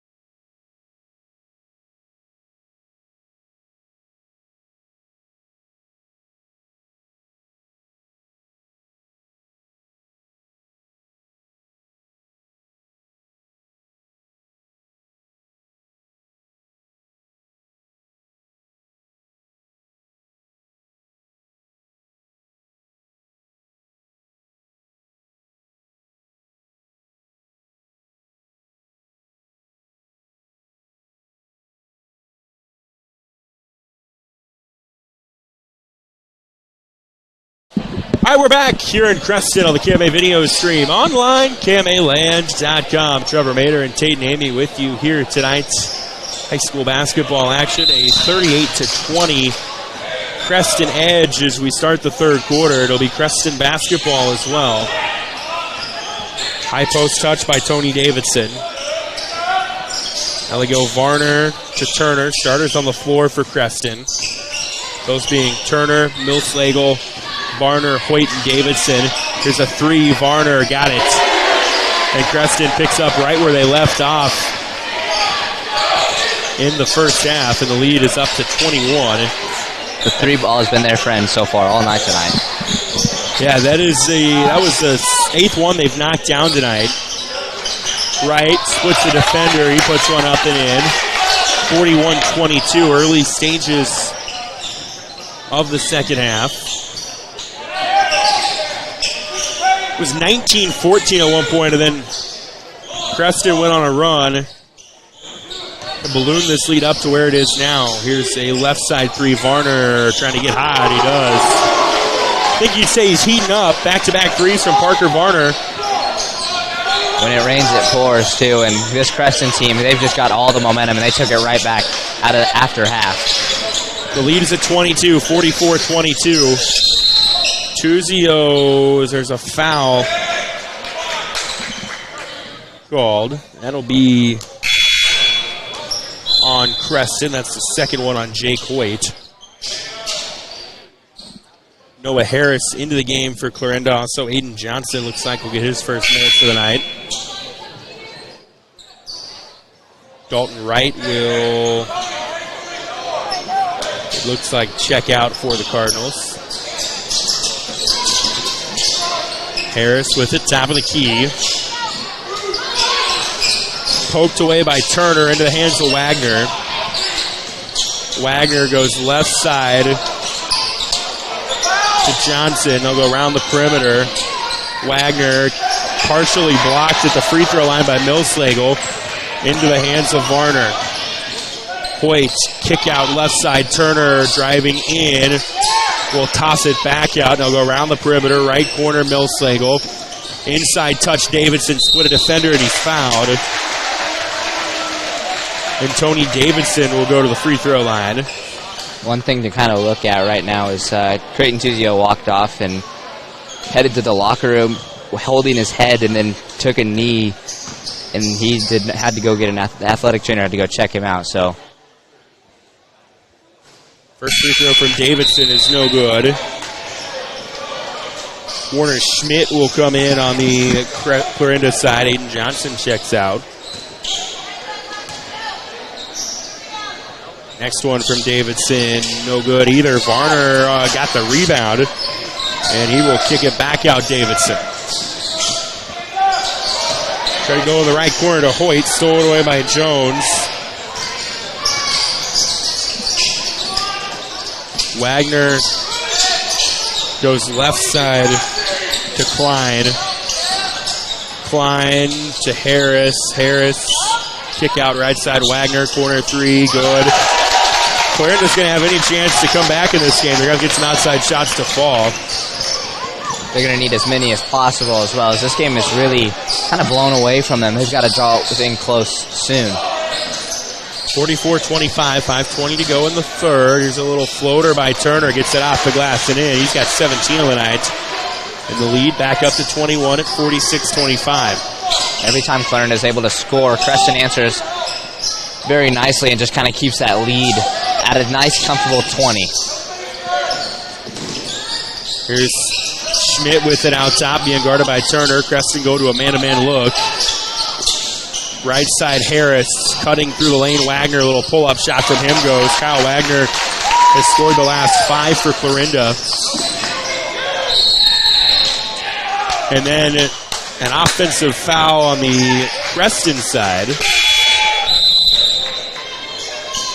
We'll give it back to Clarinda. I believe the guilty party on that might have been Hoyt. I haven't put the number up on the scoreboard yet.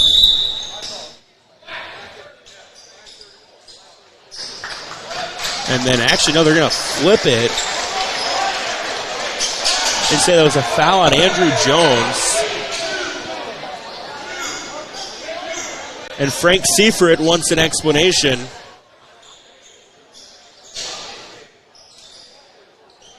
Creston's Tony Davidson kind of walked over and asked the ref if he was sure that was the right call, and then they kind of switched it around.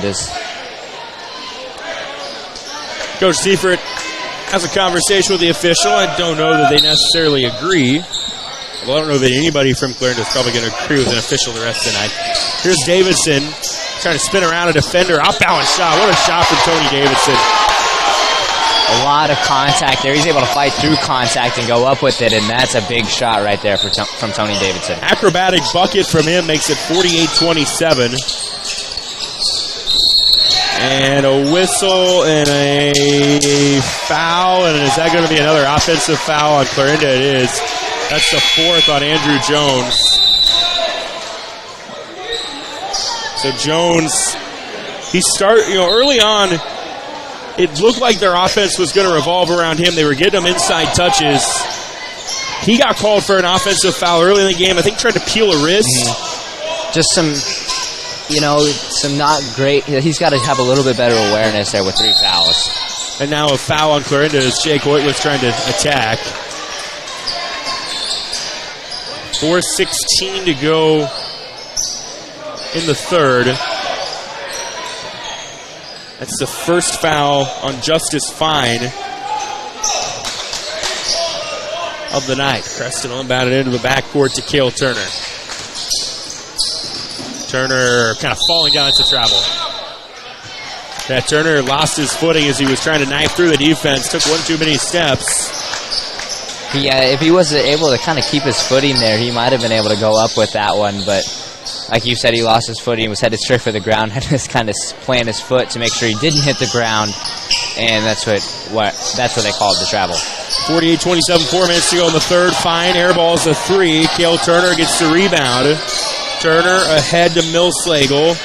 Millslagle inside touch Davidson. Davidson just bowls to the hoop, then kicked it out. We got a foul. That's going to be on Dalton Wright, I believe. It's his second. Clarinda will make some substitutions. Cole Baumgart into the game. Looks like Schmidt and Klein will come out. Also, Creighton Tuzio back in. I think there's a little error to your roster. That's Ryan Wagner with the 4. Okay, thank you. With the 4 jersey. I was like, Bound had it. It's Cole Baumgart. That could have been from earlier in the year as well. I was like, surely that didn't look like him. And Baumgart went down with that injury early on in the season. And Ryan Wagner now. Thank you. With the varsity jersey. Bound is not caught up to date on that. Here's the free throw good from Tony Davidson. He made both, and it's 50-27. Here's Kyle Wagner bringing it up the floor. Wagner looking for an outlet. Will go left side. Wright was fouled. It's going to be on Davidson. 3:35 to go in the third.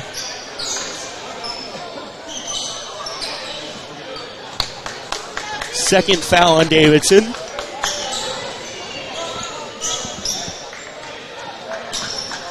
This game, they're in that second quarter with that little stretch to Clarinda had. It really got away from them, and I don't know. There's still a lot of game left. We're still in the third quarter, but the way that this game is playing right now, Creston has been dominating, and it's got to be turned around if they want to even have a chance in this one. Wright does get the second one. Makes it 50-28, but a steep hill to climb for Clarinda underneath. Davidson puts it up and in. He's up to 10. And it's 52-28. 3:15 to go in the third. Wright goes up and under. 52-30.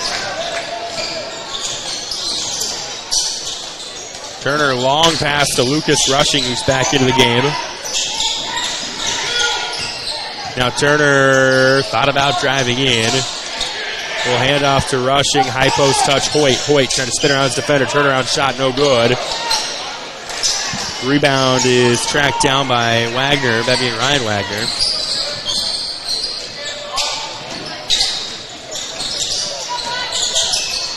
Left side, Fine. Fine gets a high screen, will attack, missed it long. Davidson grabs the board. Right side, Turner. Turner, a little pull-up runner from him, got the friendly roll. Kale Turner's up to 19. The lead is up to 24 at 54-30. What a night from Turner so far tonight. Every single one of these Creston starters have had a excellent night somewhere on the stats sheet. Tuzio to Kyle Wagner. Wagner almost lost it, got it back. He'll go right side to Baumgart. Check that to Wagner. It's going to throw me off for a few times. Fine, then tried to thread it in. It's off the knee of Hoyt. Out of bounds. It'll stay with Clarinda. Creston will make a few substitutions. Wiley and Millslagle into the game for Turner and Varner, and I think that's the first time tonight that Kale Turner has sat. 1:54 to go in the third. Creston coming in 1-5 on the year. Pass into Tuzio. Tuzio misses it short, but he's fouled. This game, though, is, again, with the weird Hawkeye 10 rules, not a conference game. The next one in Clarinda will be the Hawkeye 10 conference game for the record. In the Hawkeye 10 schedule, I think you need like a degree in calculus to figure out what is a conference game and when isn't a conference game. As you alluded to, these two will collide back in Clarinda on February 5th. Free throw is good from Tuzio. Makes it 54-31. Creston mentioned 1-5 on the year. That lone win was a 4-point win over Atlantic. Tuzio gets them both. They got blown out by a good winner set team. Lost a tight one to St. Albert. Lost a not a tight one, but they kind of hung around with Glenwood. They lost to Grinnell by 4, Platte County by 2. So I mean, they're like 12 points away from being 3-3, 4-2, and instead they're 1-5. Fine will go across to Wagner, who gets the runner.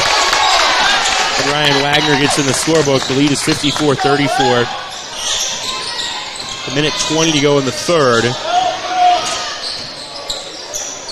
Right side three is long from Millslagle. Rebound is sent back to Rushing. He will square up and shoot.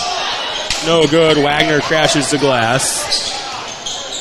Minute 5 left in the third. Right side Fine to Wright.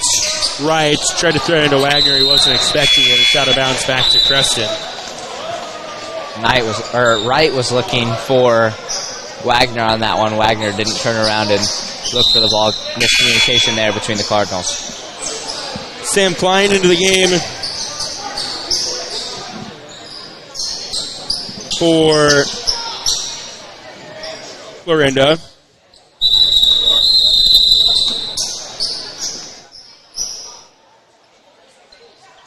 And then we get a whistle, I think maybe to bring a sub in.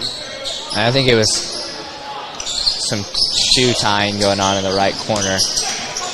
Inbound to Turner. Turner splits the defense, will attack through the trees. Missed it short. Rebound by Scoon, and then he draws the foul.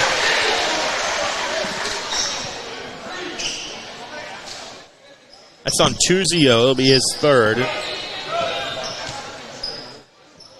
This game running away from Clarinda very, very quickly. It ran away there in the second quarter and not able to bring it back in the third. First one is good from Scoon. Yeah, things kind of turned with the technical. It was, I think, 20-14 at that point. Of course, Creston ends up being like 4 free throws out of that. They get the ball, and all of a sudden it's up to like a 16-point lead. And then since then, they've been able to just stretch that as Scoon makes them both, and the lead is up to 22 at 56-34 with 45 to go in the third. Schmidt will step through, gives it back out top Tuzio. Tuzio will launch a three. It's no good. Rebound is tipped into the hands of Millslagle for a moment. Bodies on the floor. Clarinda gets the timeout out of it, so we'll maintain possession with 25 seconds to go here in the third. Nordland Insurance Agency. Over 80 years of service to our area. Holly Stansberry and her husband Pete own Nordland Insurance Now, an independent agency representing several companies, and they offer a full line of insurance products, including home, auto, commercial, farm, crop, life, and health. Nordland Insurance Agency, serving Southwest Iowa and Northwest Missouri. Visit us online at nordlandinsurance.com or call us at 712-542-5175. Nordland Insurance Agency, Clarinda.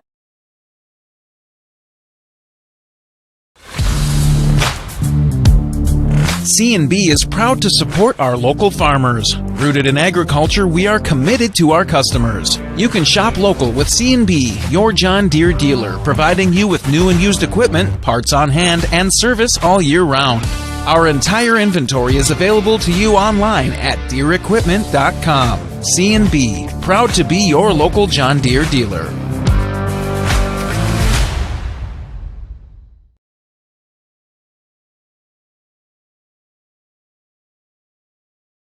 .25 seconds left in the third. And it is a 56-34 Creston lead. Clarinda basketball coming out of the timeout. They can play from final shot of the quarters. A corner shot, Ryan Wagner, no good. Rebound by Sam Clyde. Sets up a three, Dalton Wright, that is good. With 12 seconds to go.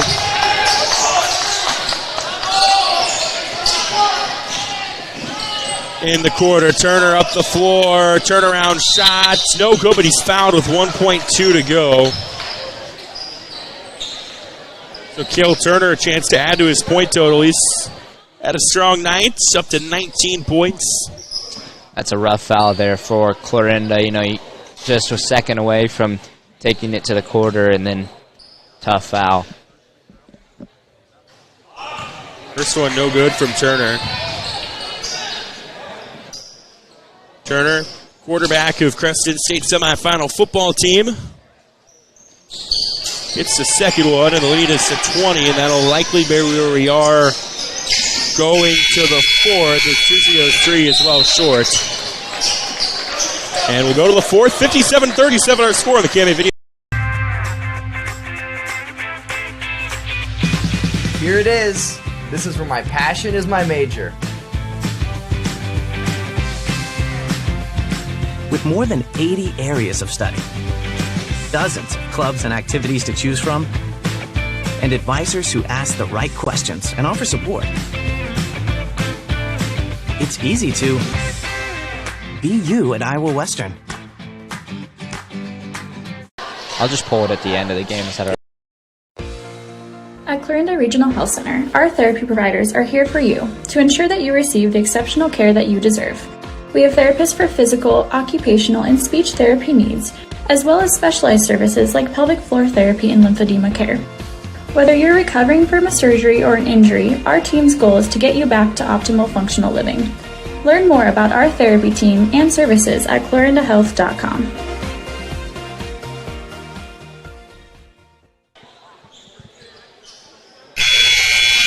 On to the fourth we go here in Creston. It is a 57-37 Creston advantage here in this.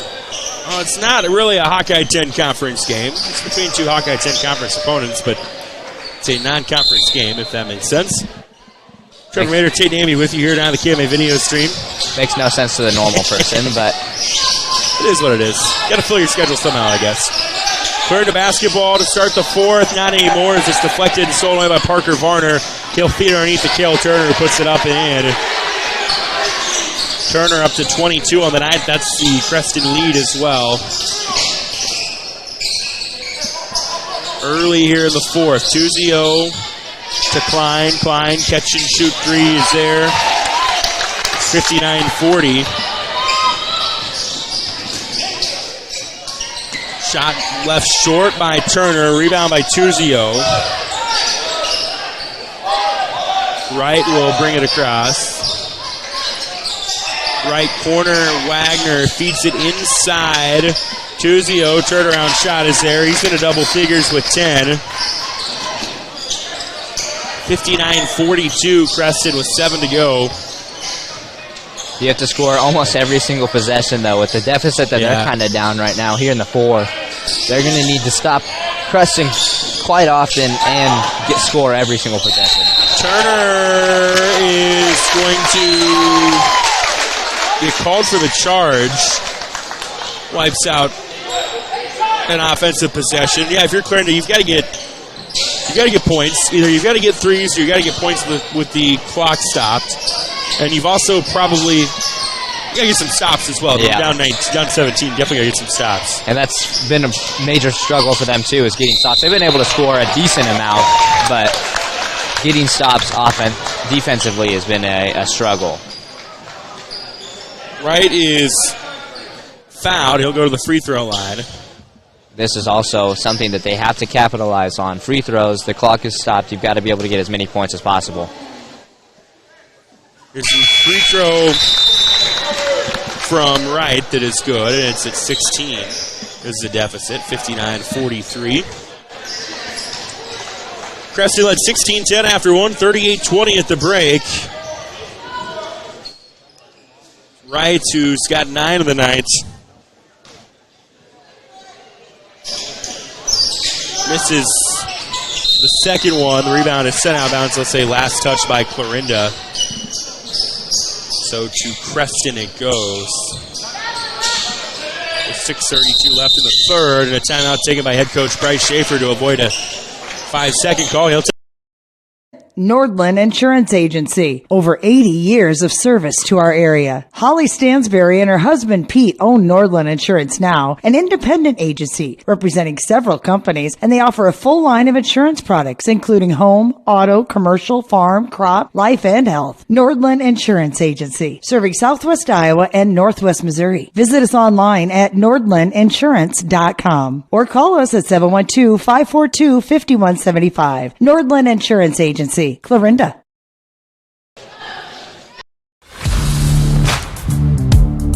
C&B is proud to support our local farmers. Rooted in agriculture, we are committed to our customers. You can shop local with C&B, your John Deere dealer, providing you with new and used equipment, parts on hand, and service all year round.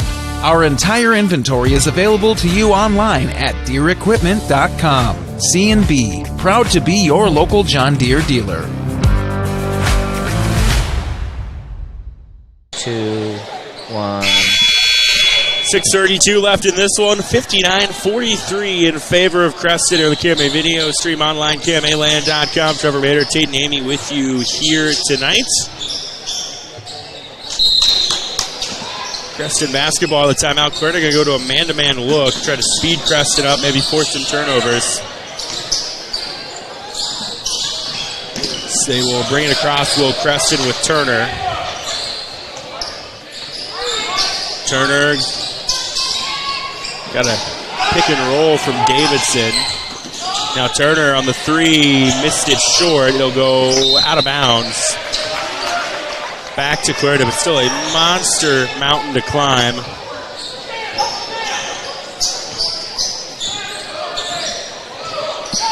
With just over 6 minutes to go. 2-0 three ball, missed it. Rebound tracked down by Varner. Under 6 left, here's Hoyt. Will give to Turner. Now around the perimeter they go. Davidson with it. He'll attack. Davidson, layup, missed it short. Warner Schmidt crashes the glass for Clarinda. And the Cardinals got to get something going here.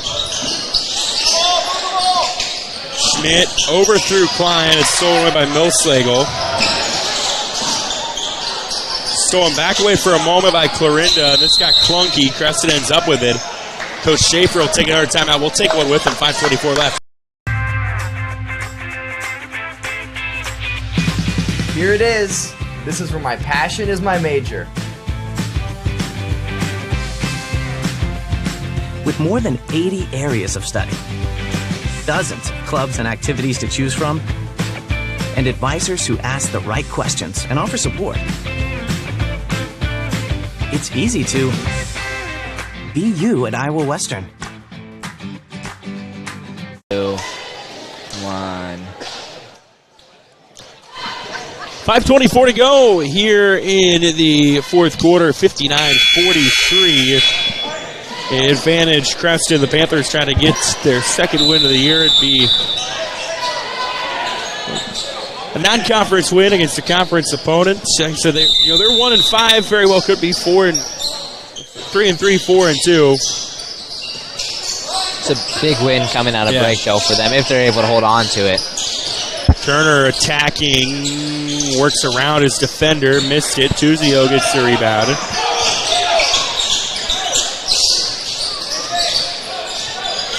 Wagner with it out top. Tuzio now underneath, gets the bucket and one. So again, still a large mountain to climb, down 14 with under 5 to go, but a chance to add some points with the clock not running. That's never a bad thing when you're trying to mount a comeback. That foul, by the way, is the fourth on Jake Hoyt. That's worth mentioning. That's definitely worth mentioning. He's had a pretty good game defensively tonight for the Panthers, so that's definitely a name that he's kind of got to stay out and avoid that fifth foul. Tuzio can't get the free throw to go and finish the old school three-point play. Davidson, kick out right side Millsage. We'll see if Creston slows it down a little bit. I mean, you still got to play with the shot clock, but you can shorten the game a little bit. Davidson turnaround jumper, free throw line, no good. Sam Klein with a rebound, another empty possession for Creston. I'll tell you what, though, if Clarinda's able to get a bucket in here, being down 12 or so, wouldn't be with 4.5 minutes to go. He's still got time. Tuzio gets fouled, so he's going to get a chance at the free throw line. Trying to find where the largest lead of the night was. I know it was 22 at one point. I'm pretty sure it was 23, 24. Yeah, 24. It was at 54-30. Tuzio gets the first one. It's 59-46. He's at 13. Schoon will come in on the Creston side. Also, Lucas Rushing will check in. Tuzio's second one is good as well. 59-47. 12-point game with 4:20 to go. Throw ahead Schoon and a 2-on-1. He lays it up and in. And the lead is back up to 14 at 61-47.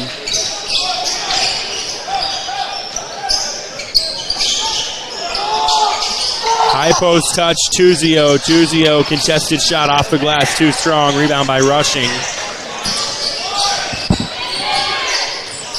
Under 4 left in this one. And yeah, Coach Schaefer telling him spread the floor. Davidson will pull up a 3 that is not there. Dalton Wright with the rebound. Got to score here and got to score quickly.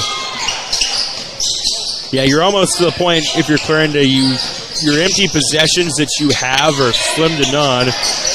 Klein gets an offensive rebound and gets a putback. And you've probably got to get a few big shots as well. And, of course, obviously stops. Yep. Those are those important things. If you don't get those, it doesn't matter. 61-49, 3:15 to go. Turner bringing it up the floor, being guarded by Wagner. That's a pair of young men that both had really good falls in their respective sports. Turner in football, Wagner in cross country. Turner threads underneath. Schoon off the glass. Braden Schoon on the find from Cale Turner. And the lead is back up to 14 at 63-49. Creston continuing to answer whenever Clarinda is able to put up a score. That's really all you need to do if you're Creston. Tuzio through the double team draws the foul. He'll go to the line. It looked like early on Clarinda wanted to use their height and their physicality they have inside. I know in talking to a couple different coaches in Hawkeye 10 this year, they've said when you match up with Clarinda, that's the one thing you have to account for is how physical they are. They were, I think, going to do that early on. They had some offensive fouls, right, wrong, indifferent, that probably forced them to go away from that. Andrew Jones has had a good chunk of the game in foul trouble. And that he was having himself a nice little night there up until he had like 7 of their first 11. And up until that fourth foul right there in the second quarter. And, yeah, he's really sat out most of the rest of this game as he's been in foul trouble all night long. Tuzio missed the first, gets the second. It's 63-50. 2:40 to go. in this one. Turner going to try to bring it up the floor. He does with 2 seconds to spare. Turner being guarded by Wagner now will drive in. Kick out left side Davidson. Davidson, little runner, lays it up and in. He's got 12. It's not going to make a difference with how many times Clarinda scores. Yeah. Creston able just to answer very easily. There's a 3 right, no good. And then Schoon got the rebound. He traveled. Might have been a little contact that led to that, but nonetheless, it's a turnover. So barring a miraculous comeback, Clarinda's going to open 2024 with a loss. They will host Lewis Central Friday night without head coach Connor Hannafin, who will have to sit out due to that ejection. Here's a runner, 10-footer by Wright, no good. Rebound underneath. Klein has been kind of sneaky good in the paint. He's got 10. 65-52 under 2 minutes to go. So the Cardinals looks like going to take a defeat here. Meanwhile, Creston going to get their first win since December 8th. We got a foul on Clarinda. Clarinda will drop to 4 and 5. Creston will go to 2 and 5. They get Denison Schleswig coming up on Friday. They get to make the trek to Denison. Everybody in the Hawkeye 10's favorite road trip. That one will be a conference game for them. Because I'm glad you've got it figured out, because I cannot. I've been doing this for 8 years now, and I cannot figure out. There's a runner by Parker Varner. So they actually still go off those, like, the two halves of the conference, and you play the one side, your side twice. You play the south twice. You play the north. Well, for Creston, you're in the south. You play the north once. And then those are obviously your conference games. But it took me a while to catch on to that. There's a foul as Wright was attacking. Minute 25 to go.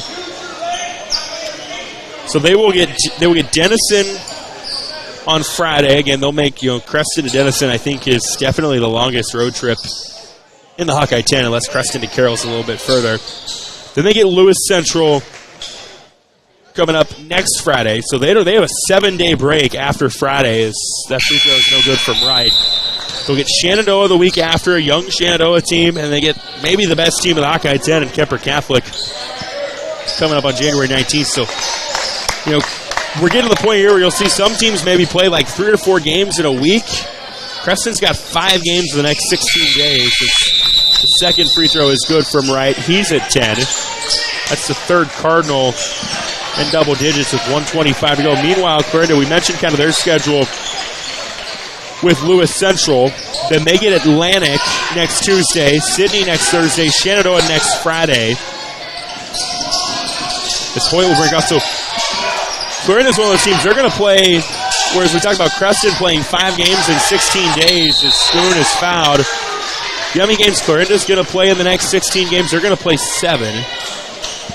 We'll mention Atlantic, Sydney, Shenandoah, and they get Southwest Valley at home in a non-conference game, Kemper Catholic at home in a conference game. You also have to look at the drives that Creston has to make here in the next couple weeks. Denison, Lewis Central, and Kemper all within the 16-day span. That's a lot of miles.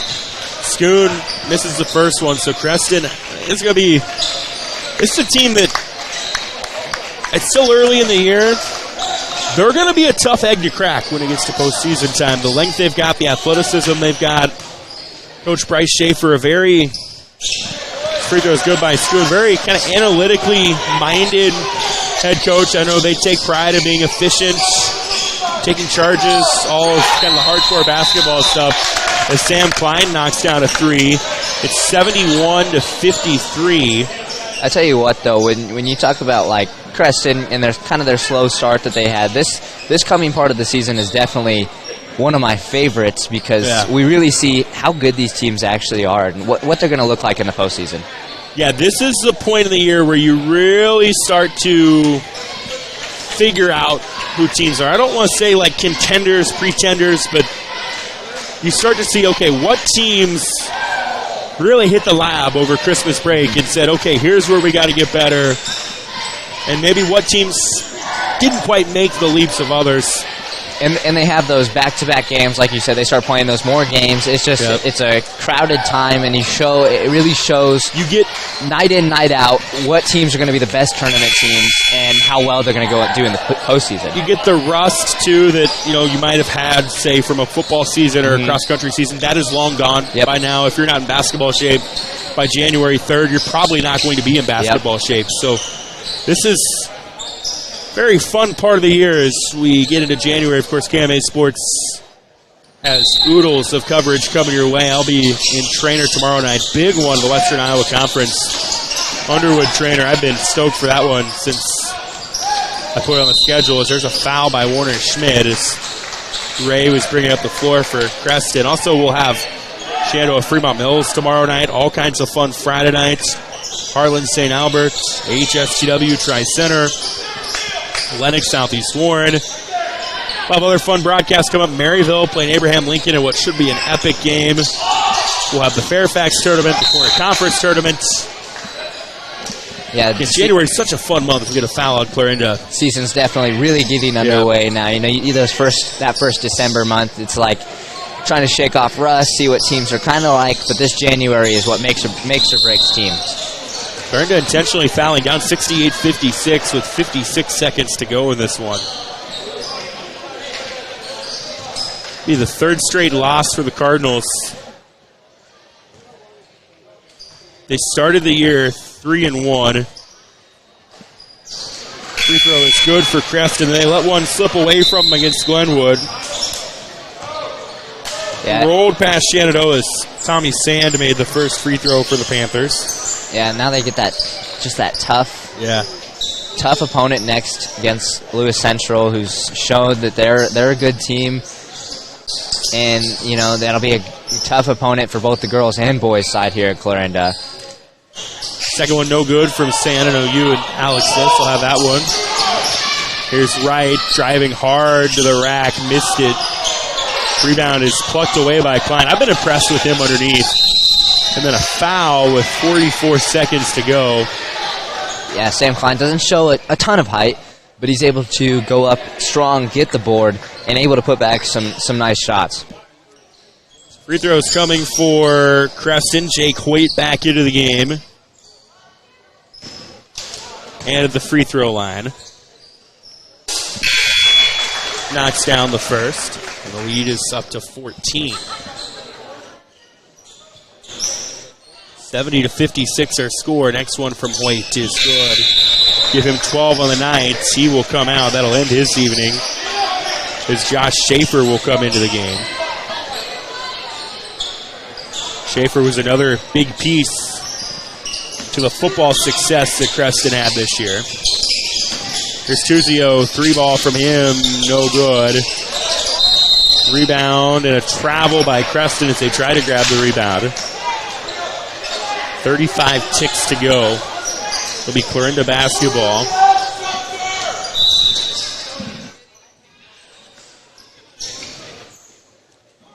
After a substitution, Braden Schoon will come back in. Looks like Davidson's night will end. 2/10 of a difference between the shot clock and the play clock. Inbound in, Tuzio. Tuzio squares up, puts it up and in. He's got 17. And Clarinda still fouling. 26 seconds left, down 13. That's just... Yeah, I don't know, down 13. Is there a 14-point shot in basketball? I don't think so. Yeah, then I don't know about that. Maybe if there was like 2 8-point shots. If you hit 2 8-point shots, that might have or 7-point shots, Every coach is different, right? Like everybody's kind of got their strategy. There's a free throw made by Creston by Cale Barton.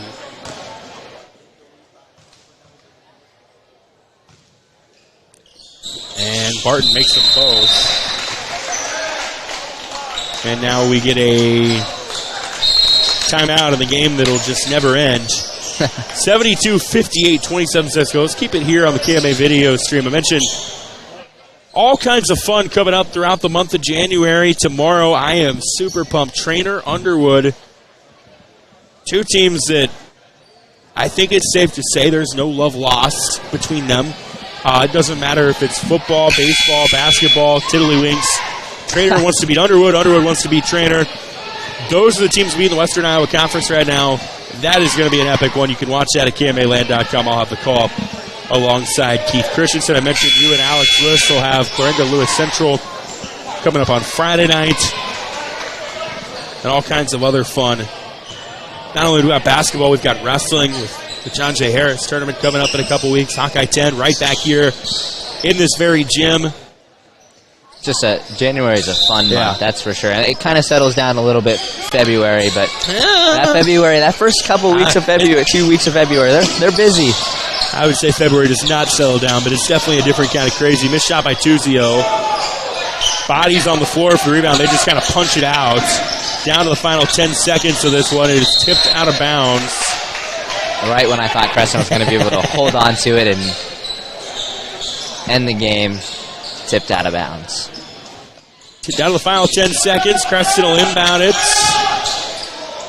And they will dribble it out. So some big threes early. A strong second quarter does the trick for Creston. And they're a 72-58 winner here tonight. Tate and Amy, your thoughts? Clarence, these two teams, they came in pretty evenly matched, and Creston was able to show their dominance right away there in the second quarter and really just take control. It started off with that technical and the ejection of head coach Connor Hannafin, but Creston had the momentum almost the entire game. Clarinda really wasn't able to catch back up with them and take it back over. Kel Turner led the way for Creston tonight with 22 points. We'll tell you all about this one later on at KMAland.com. You listen to high school basketball, the KMA video stream. For Tate and Amy and KMA Sports, I'm Trevor Mader. Thanks for listening, and have a great night.